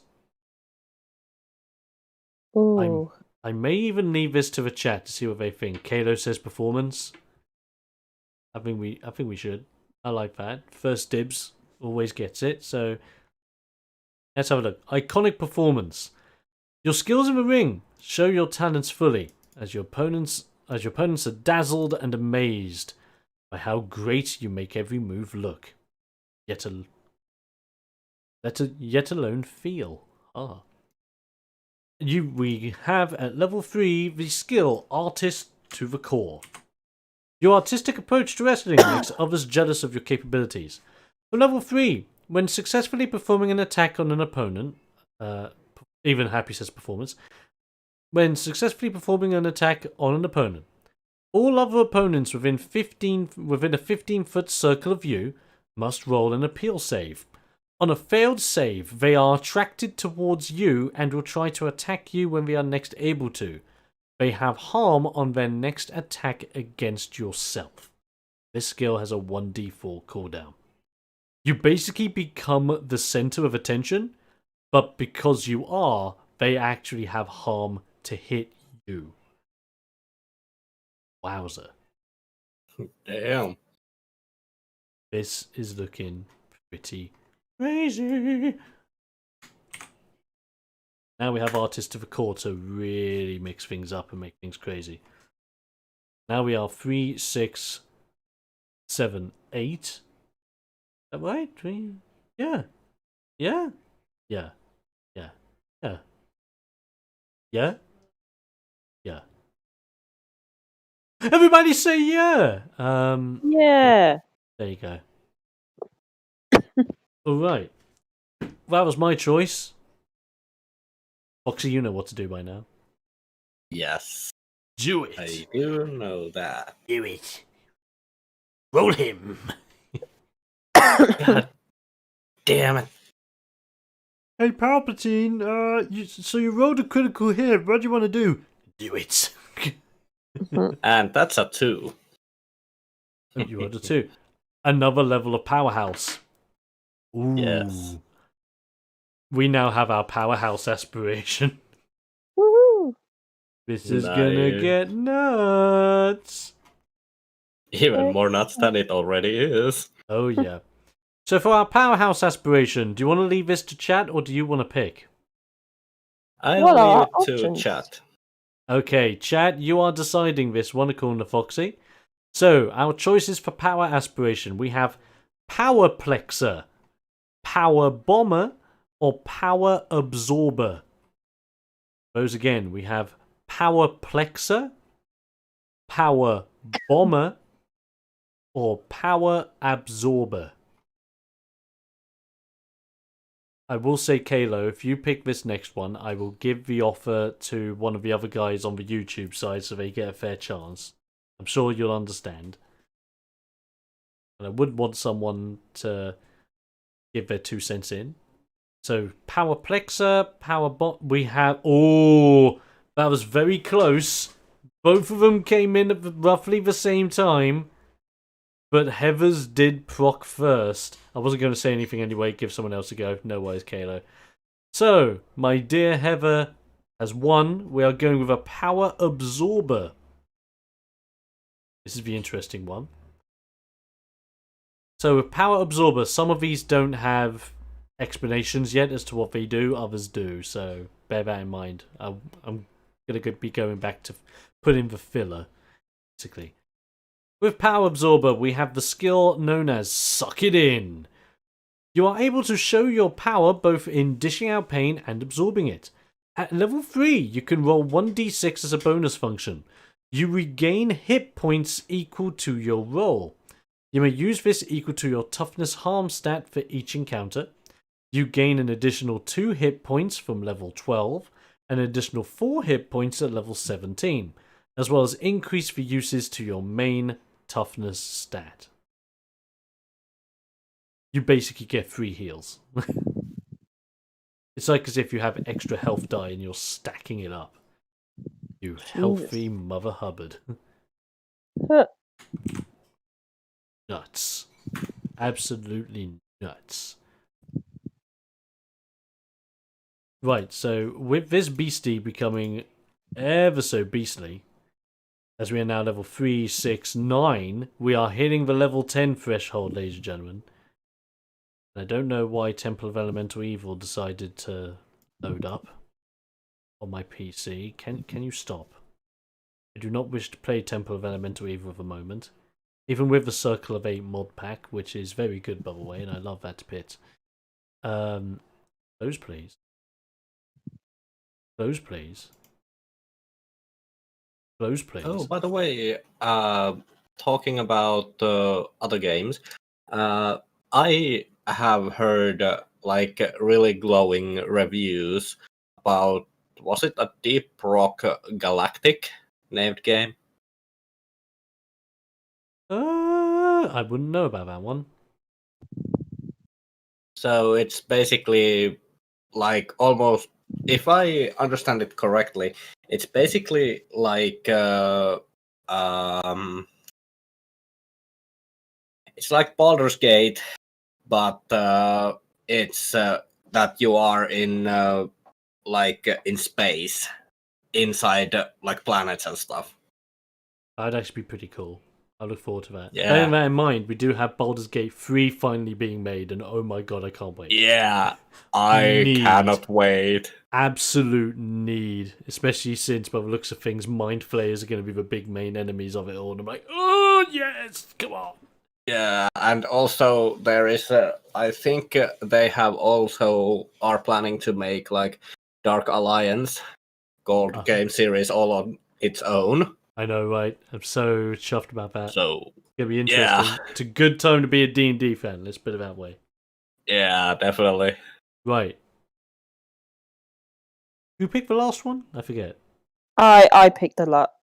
Did I pick the last one? No, Foxy I did. did. Yeah, I picked the last one. Oops, Oh, you did. okay. Darn right, James. Mind flayers. Yes. So, Tash, your turn to roll for D8 of truth.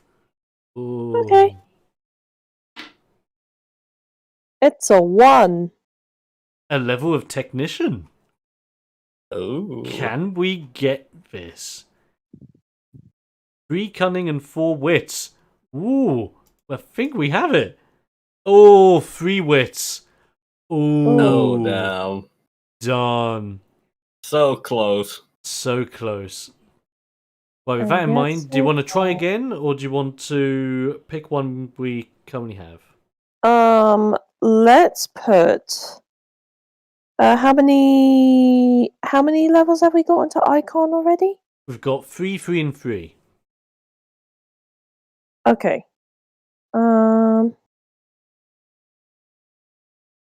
Let's. I'm gonna keep going with the Powerhouse route. Okay, so let's go Powerhouse level 4. What do we get with Powerhouse level 4? Let's have a look. Powerhouse level 4, we get Sequence.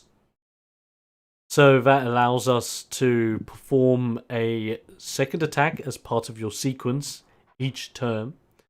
And on top of that, you also get a finisher level, or that should be a climax level, but again, I'll be going back renaming a few things. You also get a climax level, which will boost your climax move's power. Now, this is where we get a chance to make a climax move. Let's go all the way down the climax section, which is quite a fair bit down because, well, hey. It's even below all the 100 championship powers you could potentially get in the game. Here we are. Wrestle points and climax moves with climax levels. So, we're not even going to think about what this person's climax move is going to be. Just more so calculating what the climax move is going to calculate. So, with the climax move, to explain what it is, in wrestling terminology, this is basically your finishing move. The move that you are known for. The equivalent to the rock bottom or the people's elbow, the stone cold stunner, the pedigree, the attitude adjustment that John Cena uses, and all that jazz. This is your equivalent to it. Move you whip Of course, out when we cannot forget Tombstone Piledriver Of course. by one and only Undertaker. Of course. The legend that is. So with our Yes. climax move, since we are calculating things, the climax move itself is calculated as such. All climax moves from level 1 deal 1d12 damage instead of 1d6. So let's say, for the sake of this, for the climax move, it's 1d12 plus our highest stat, which in our case is power. It'll be 1d12 plus POW in damage at the moment. Now, bearing in mind, we have a climax level. Now, with climax level, we have 3 places we can put our climax level. We can either level up the setup, level up the follow-through, or level up the climax. So, where should we put it? Tash, either you can decide this, or we can put this up for chat. Let's put it up for chat. Why not? Okay, chat, where do we put our climax level? The setup, the follow-through, or the climax? And depending on where it goes, different things occur. Kalo coming in with the climax. Okay. We now have level 1 climax, which means we add an additional 2d4 to damage output. So now our climax move does 1d12 plus power plus 2d4.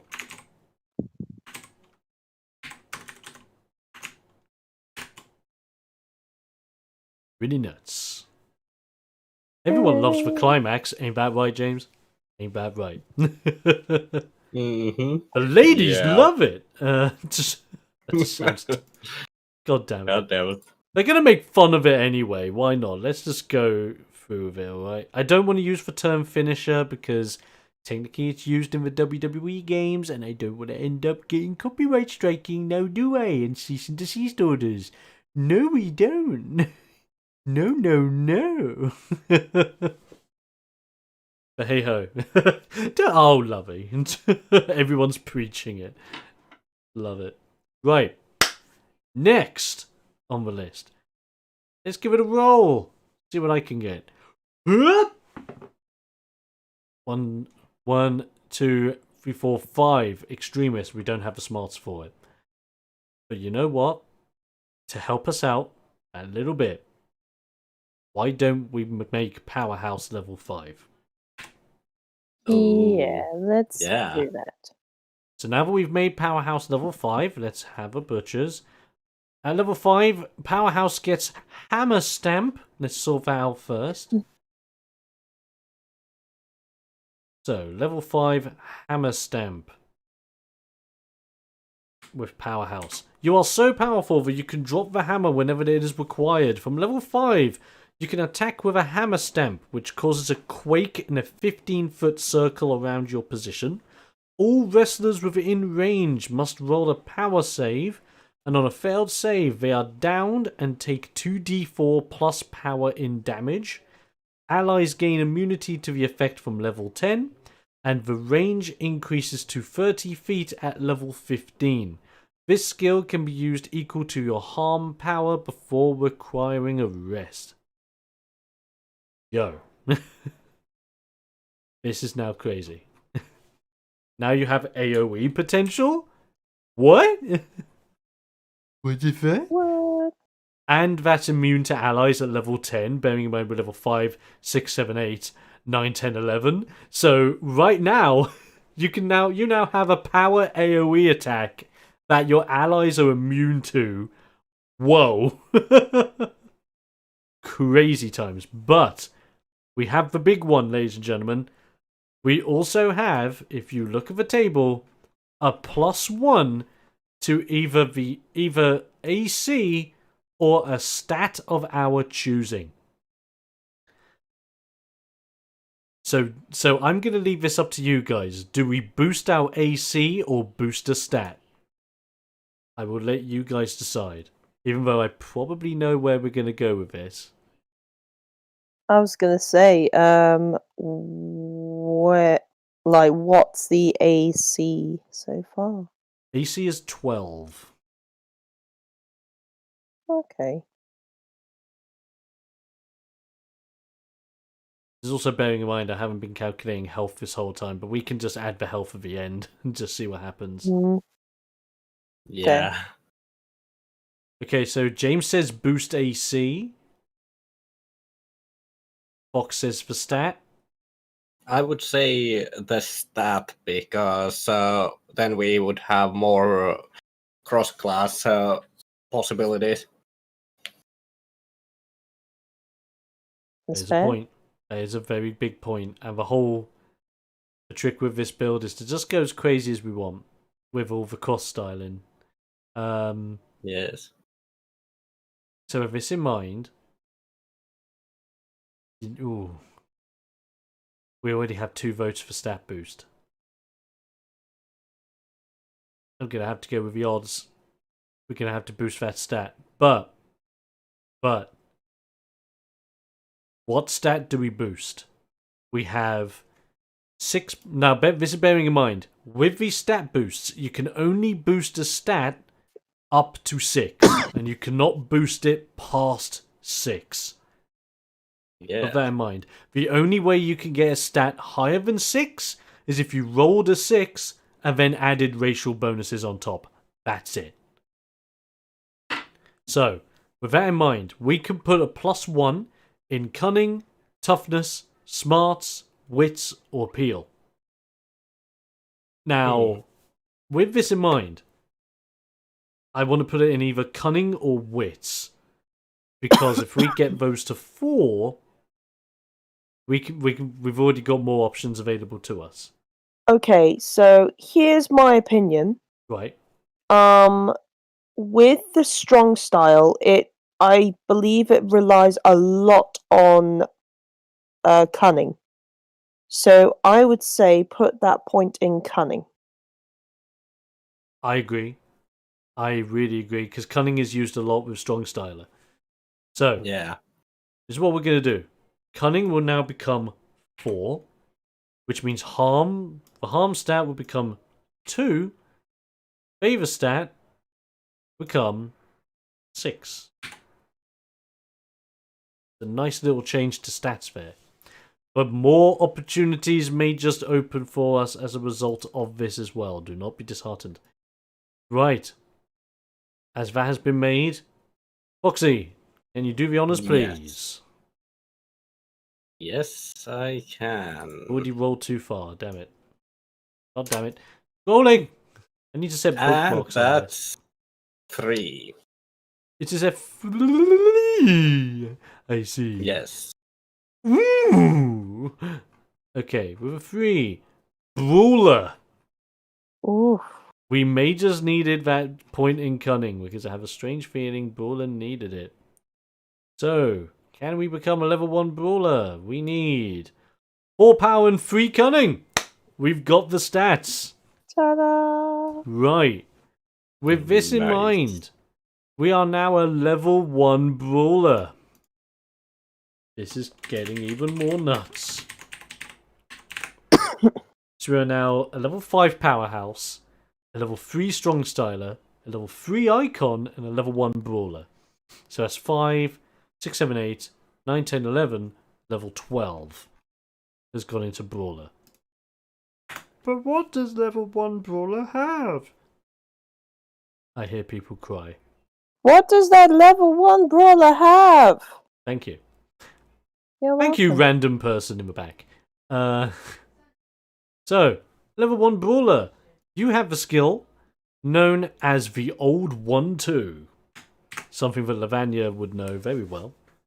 Yes. The Old 1-2. When it comes to a fist fight, you have the clear-cut jabs and hooks. As a level 1 Brawler, you can attack with another strike after you land a first strike. This strike deals 1d6 damage. You are able to roll damage with your harm, power, or cunning at level 8, and at level 16 you can roll damage with your base stats. This skill has a 1d4 cooldown between uses. Nice. Bearing in mind we're level 12, and we can already add either our harm, cunning, or harm, power stats to the roll of the second punch. And then by level 16, we can roll it with our base stats. That's pretty mad. This is looking to be a pretty nuts character, and I love it. Mm. Okay, and of course, of all people to roll that level in Brawler, it had to be Tash, who created Lavanya, the Brawler. Yes. Of the party. Hang on, I thought Foxy rolled right for brawler. Yeah. Oh no, Foxy I did. did. I Yeah, apologize. Foxy rolled for brawler. It was gonna happen though. It had to happen. Yes. Yeah. But Right. yes, Lavanya is a brawler with a hint of strong styler. Yes. Speaking of which, Tash, Hi. do that thing. I rolled a 2. Also- It's another level of Powerhouse. Doo-doo. Oh And yeah. also, funny thing is that also Liam has, who is a luchador, has also the Strong Style Championship belt. Yes. So, with that in mind, we are now a level 6 Powerhouse. See where this goes. Whoop, I think we're above this. Yes. No, that's Brawler. Powerhouse is above Brawler. Brings us to your level 6 with Powerhouse. It's just a level. You would just get your HP bonuses for this one. But you're one step closer to your next aspiration skill. Ooh. Nice. So that's just a straightforward level on that one. Mm. Right. Let's go fly a kite up to the highest heights and see where our next style takes us. Oh my lord, it's 7 high flyer. Oh my god, can we even? Can we make this hulking brute a high flyer? I am genuinely curious. I don't think we can. It would be hilarious. It would be like Big Show being a high flyer. So Well, we can't. I wouldn't We- want to be under True when that. he You jumps. wouldn't want to be under that. No way. Well, you need 4 Yeah. smarts and 4 wits, which is something we do not have. Oh, Sadly, High Flyer would have to take a back seat. It would be Vader. Damn right, it would be Vader. Vader time, Mother Hubbards.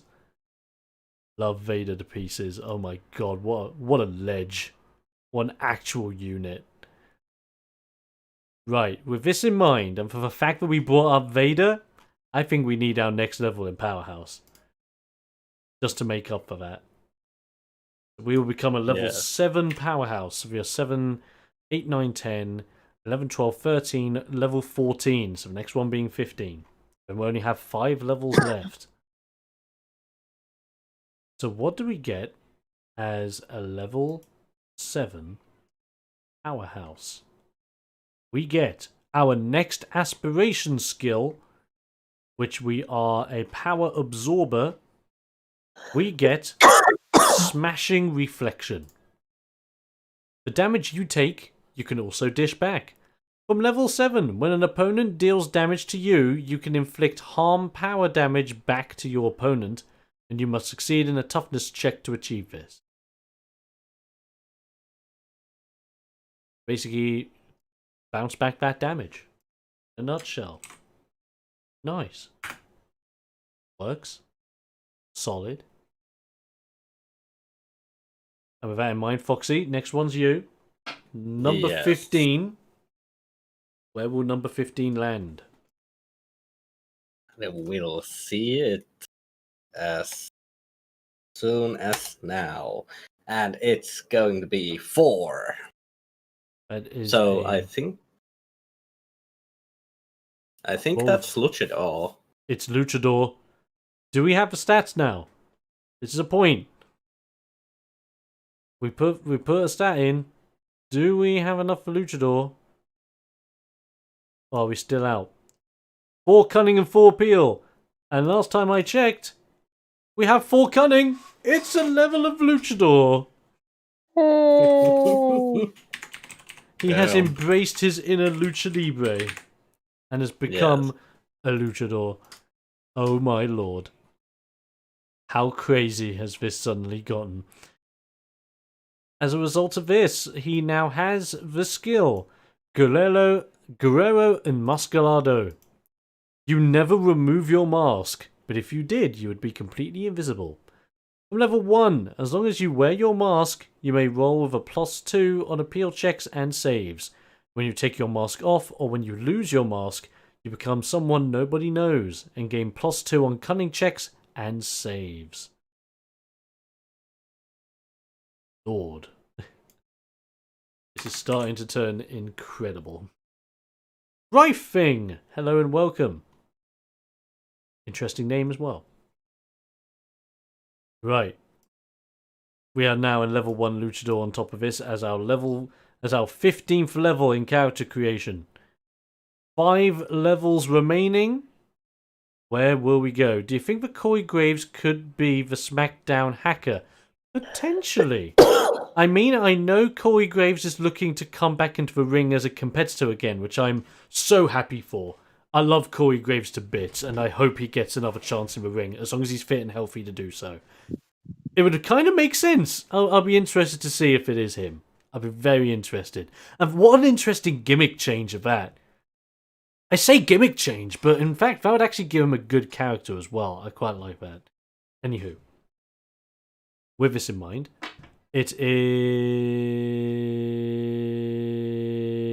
I rolled for that one, didn't I? No, it was Foxy. I rolled for the Luchador. You were right, which means Tash, you're next. Okay, here we go. Number 6. Yes. Number 6. 1, 2, 3, 4, 5, 6. It's another Strong Styler level. Ooh. So now Strong Styler is at level 4. See what that does. If you remember back in 2017, Corey played a similar hacker role in Enzo and Cass and Angle and Jordan storylines. As for hacker storyline, maybe the start of his in-ring return. I agree. I think it would just be a great way for him to get back in. I'm looking forward to see where it ends up going. I hope they don't screw it up. I really don't hope they screw it up, because a hacking angle can go a really long way if you write it just right. Hopefully, they can nail it. Okay, level 6 strong style. No, level 4 strong styler. I'm sorry. Sequence, so we get a third attack. Awesome, and we also get another climax level. So with that in mind, I've rolled down to climaxes. Ladies and gentlemen, do we go for the setup, the follow through, or the climax? Or Tash, would you like to pick? Let other people pick again. Who do you think fits better as the leader of the hackers, Corey or Ali? I think Corey, personally. Kato says do the climax again. Level climax up one more. I mean, why not? Let's just go for it. Climax will now be at level 2. Add your oh, bless you. Oh, that wasn't a sneeze, that was a cough. Or that. Cough you. Oh, thank you. I guess. There isn't an equivalent. So, level 2 climax. Add your stats favor damage during damage calculation. So now it is Climax Move is 1d12 plus favor power plus 2d4. So now that will do 1d12 plus 9 plus 2d4. Whoa. Do you know Romania? I do not know Romania, but apparently it is a very nice place. Right, that is awesome. Another level has been accomplished. If I just check where we are getting very close to hitting level 20. So we are level 4 strong styler. Level 1, 2, 3, 4, 5, 6, 7 powerhouse. Level 1, 2, 3 icon. Level 1 brawler. Level 1 luchador.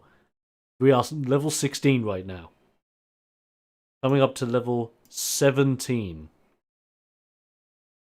What do we roll? What will we find? Let's find out. And look at that grind. It's another level of icon that I've just rolled for us. So now we have icon at level 4. This is going to now be pretty darn crazy. Do you think that The Rock and Batista should star in a movie together? I would love to see that. Wouldn't know what. I think like a buddy cop movie would work quite well with both of them, but we've seen a lot of those. It would just be cool to see what they would do together in general. Level 4 icon. Okay. Now with level 4 icon, I believe this is now going to be absolutely insane. That's where all my weapons and items are. We don't want that. No, we don't want that. Level 4 icon. Sequence again! We get a 4th attack! Ah! A 4th attack and another finisher level, or another climax level. And you know what? Just because, I think we're just going to put this in climax again. And just max out this damage as best we can.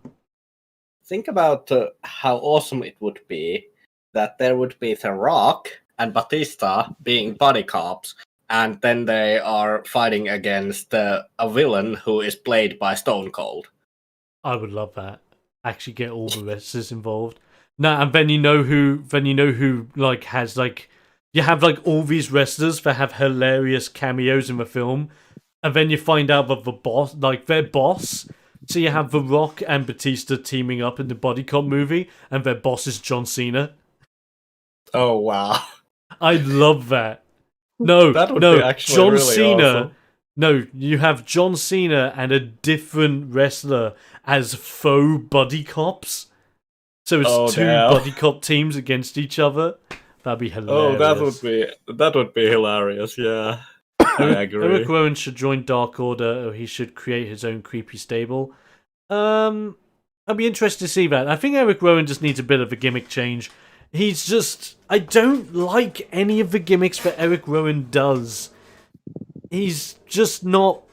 Like, he's talented, but the characters let him down. He needs to do something just completely different that he has creative control over. Now, talking about Speaking of creepy which- stables.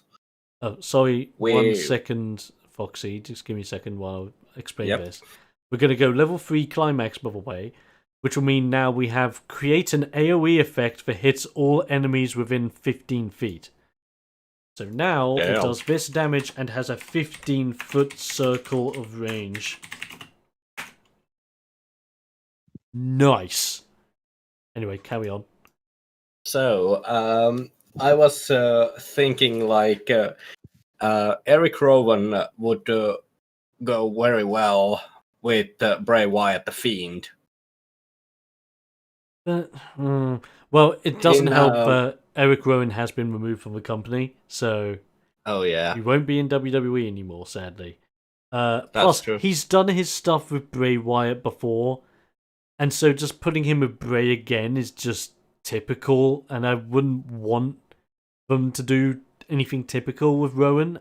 He has some lock potential in him. The only thing holding him back is his gimmick, but I think because he's running with gimmicks that aren't going anywhere, he's no different than Duke the Dumpster Brody, right?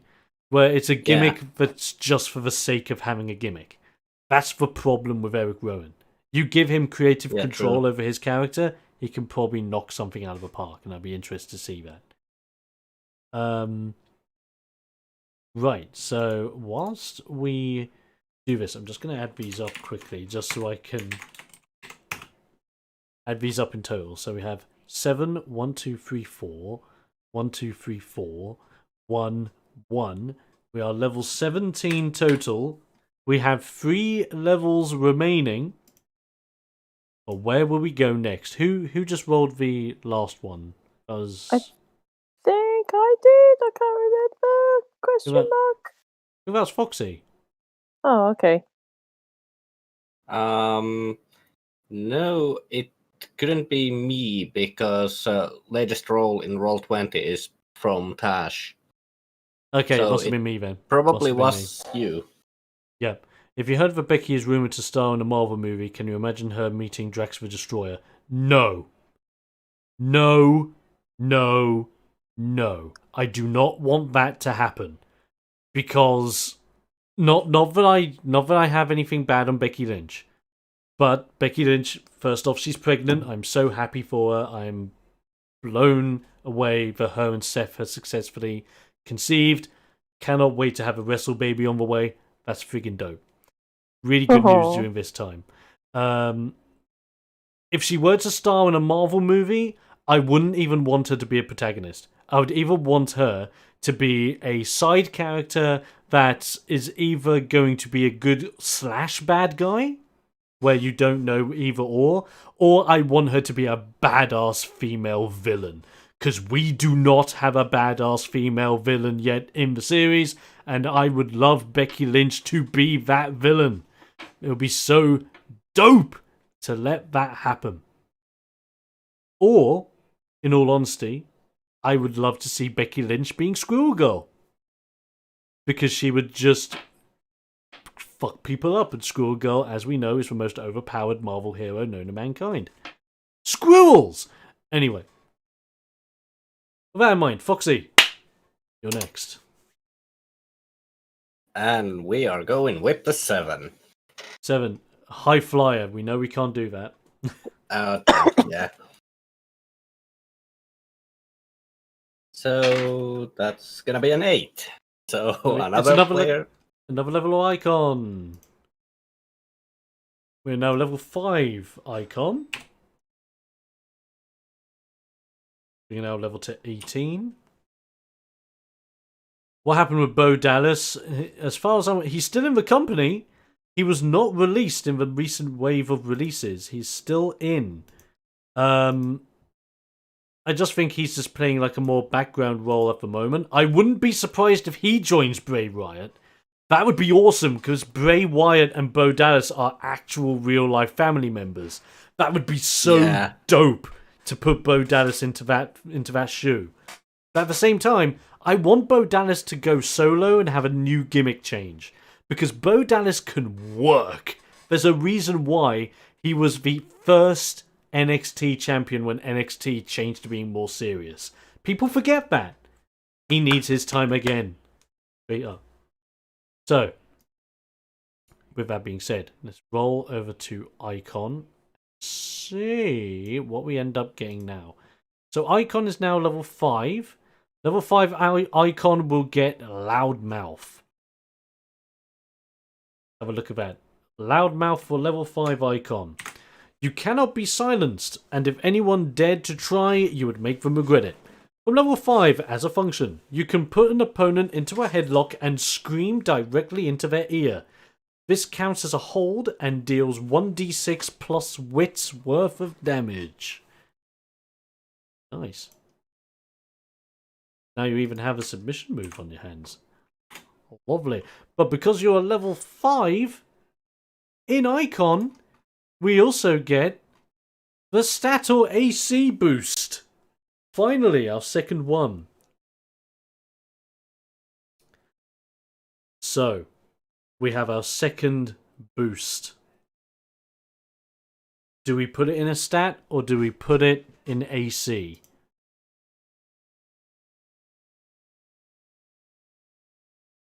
Now, Foxy, this is your level, so I can gladly let you pick if you wish. I'll let the viewers pick. Okay, viewer's choice. Should we boost one of our stats or should we boost our AC? Bearing in mind our AC is still 12.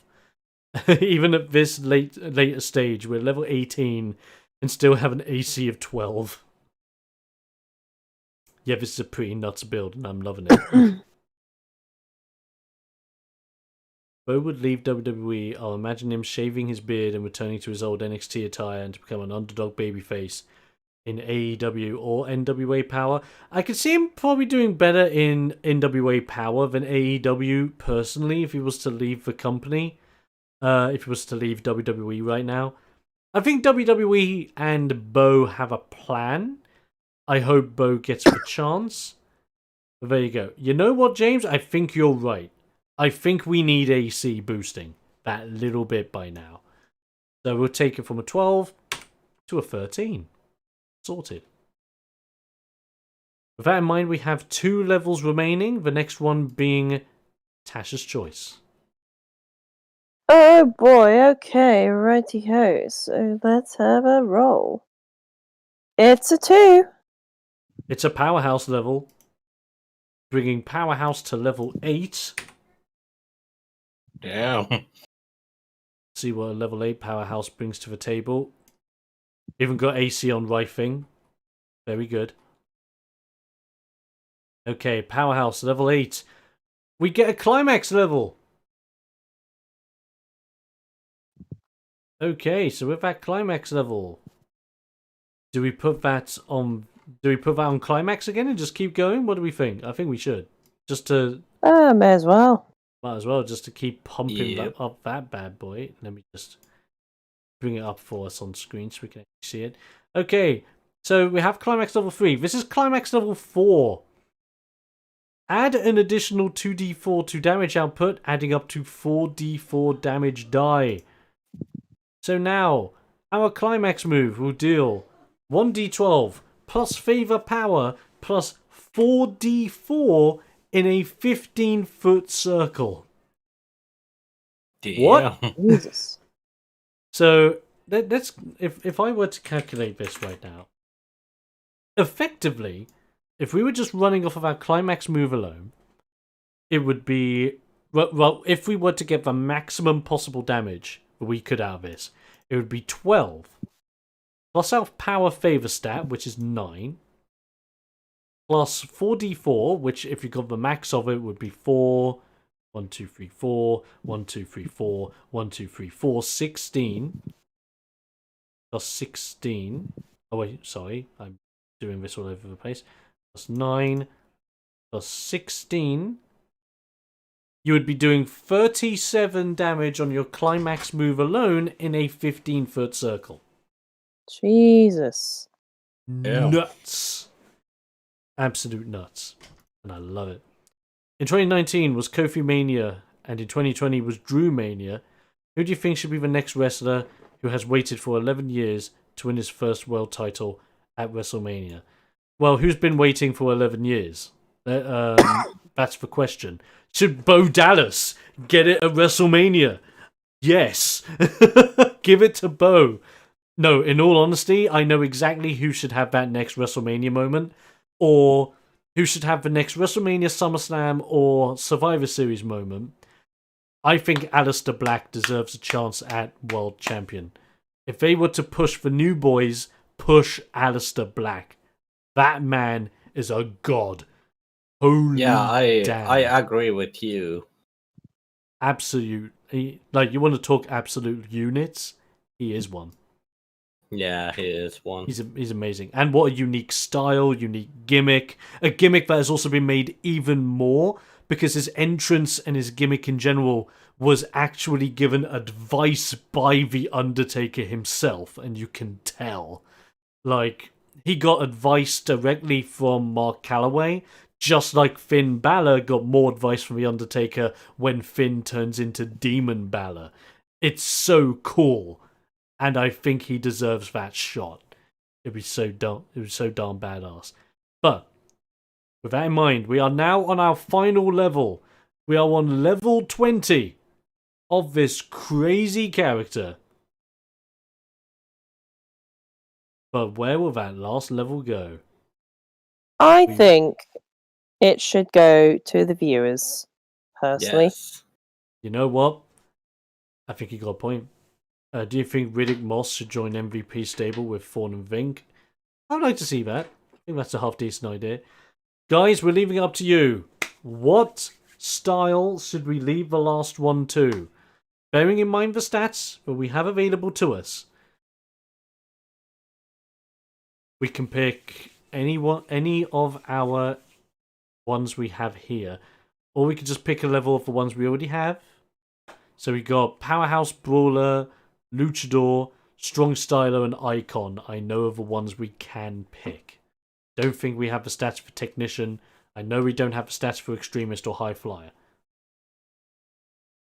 So the first come, first serve for the style. Very last one we're choosing. And whomever gets it, decide our level 20 fate. Obviously, bearing in mind the YouTube also has a little bit of a delay to it, so we'll keep that in mind as we're waiting in suspense. And people have got to think. This is a major decision. Let's up Brawler a bit, says James Long. Okay. Bringing our Brawler to level 2. Finishing this all off at level 20. We will go to Brawler. I think 2023 Cesaro or Big E will win their first titles at WrestleMania. I can see that. And as long as Cesaro's still in the company, I think Cesaro's showing signs of wanting to leave, but he might not be, and it might just be a really good character he's putting on, which is awesome if it is. I don't think Cesaro will leave anytime soon, though. Also, I kind of have to say that when last I was watching the WrestleMania, this year's WrestleMania, it was actually interesting to find out different things about like Cesaro and Sheamus and all these people, that what their hobbies are and such, because we were talking about that with my friends. Yeah. So that'd be cool. That'd be really cool. Do you have your own page on WWE YouTubers Wikia? No, I don't, because I'm not a WWE YouTuber as far as I'm aware. All I'm currently doing is making a wrestling-based tabletop role-playing game, and I love wrestling to pieces. So there you go. Whether I deserve that spot or not, I don't know. Am I even popular enough to demand it? Don't think so. Will you make it for me? If you do, thank you. But there you go. Right, to finish it all off, level 2 Brawler gives us Stance. Your stance is your reliability. It is part of yourself, as well as your moveset. At level 2, you may choose one stance from the list below, and you can only have one stance active at a time. Earn a second stance at level 10, and a third at level 20. And then you have the options of Infighter, Strong Guard, Bob and Weave, Parry, Dirty Style, and Opening. Now, bearing in mind we're at max level, we can pick 3 of these. So I'm going to actually move these over to our character sheet. So let us pick our 3 stances out of what we have. So we have Infighter. Fight close and get in deep. Roll damage with favor if you are attacking with a punch against an opponent, but only if you haven't moved this turn. Strong Guard. You know when to put your arms up to defend yourself. Roll a d6 when an opponent hits you with an attack, and that score is then subtracted from the overall damage dealt. It can be used 3 times within a single encounter. Bob and Weave. Keep your body moving so your opponent cannot hit you. Whenever a creature within 10 feet attacks you with a strike, if they miss their attack, you can immediately move in any direction up to 10 feet, and this does not trigger attack openings. Parry. When you see something or someone coming your way, you know how to turn it against them. When a creature within 30 feet attacks you, roll an attack against them with the same modifiers they are using. If your roll equals to more than your opponent's, then you negate their attack, and you can perform this 3 times per encounter. We also have Dirty Style. You may be playing dirty, but sometimes it's a necessity. When an opponent misses an attack against you, you may roll an appeal check. On a successful check, you poke your opponent in the eye for 1d4 damage, and they have harm on their next 1d4 attacks. And you can perform this 3 times per encounter. Last but not least, Opening. Keep an eye on your opponents so well that you know the perfect time to hit them where it hurts. When you attack an opponent during an attack opening, you do an additional 1d6 of damage. What choices shall we pick? Make this guy completely overpowered. Why is Alexa Bliss's butt more popular on the internet than almost the entire WWE roster? Because it's Alexa Bliss and her butt is bloody darn amazing. A blissful butt, some may say. So yes, with what we have, I think it's only fair we pick 1 stance each. Okay.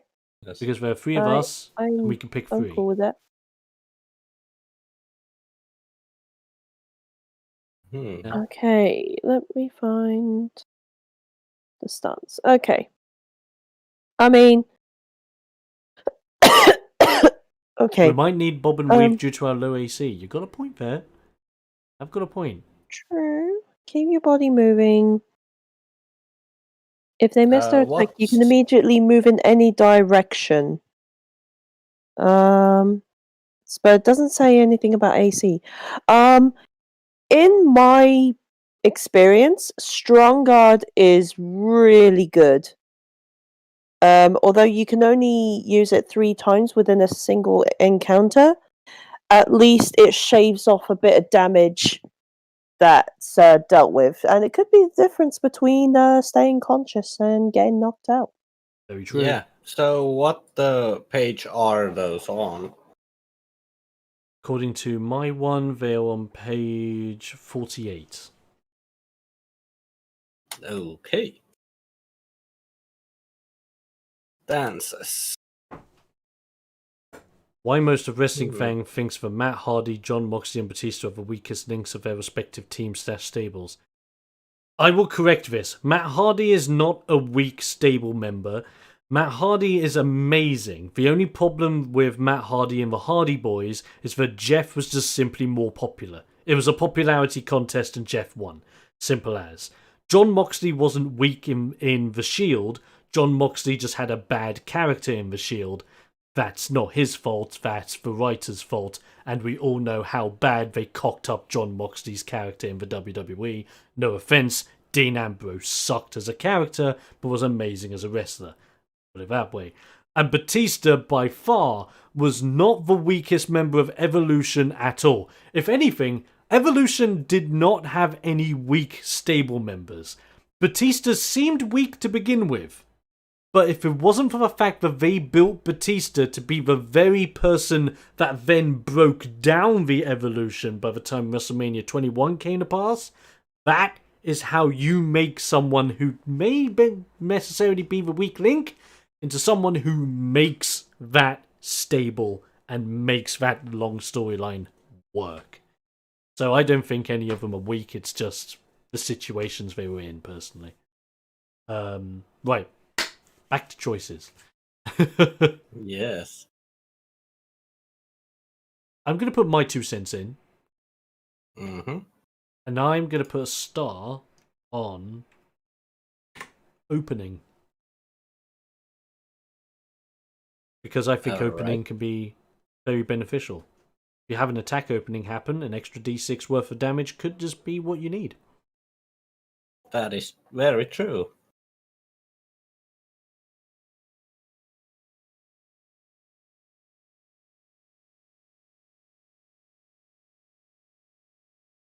Okay, do you think AEW could recycle the Batista and Triple H WrestleMania 21 storyline with MJF and Wardlow? Please don't. MJF and Wardlow could... The only problem with that is Batista and Triple H, it worked for them because they had a long build with Evolution involved, and it worked because by the time WrestleMania 1 came along, they were both megastars. Wardlow and MJF are not in the same league as Triple H and Batista. MJF is an amazing character, an amazing wrestler. I love MJF and I love to hate him. It may be the next 5 years. No way. They would never build Wardlow and MJF for 5 years. No. I'm sorry. I cannot see that happening. They would not have the same star power and the same sellout potential as Triple H and Batista. Especially since they had 3 pay-per-view matches and all 3 of them were bloody amazing. And you expect Wardlow and MJF to match that? They won't. They just simply won't. Now, Cody and MJF could match that if you wrote it right. But that's my opinion. Anyway, guys, what would be your picks if you have come to a decision? I mean, Well, go on. Being, of course, this ain't no surprise knowing my character in the campaign, but I'm gonna go with Dirty Style. Hey, Dirty Style. Okay, poking people in the eye for 1d4. Nice. Yes.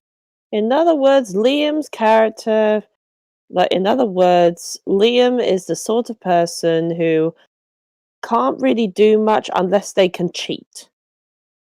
Well, basically, but I wouldn't say that it would be a bad thing. Although usually it ends up pretty badly in the enemy's perspective.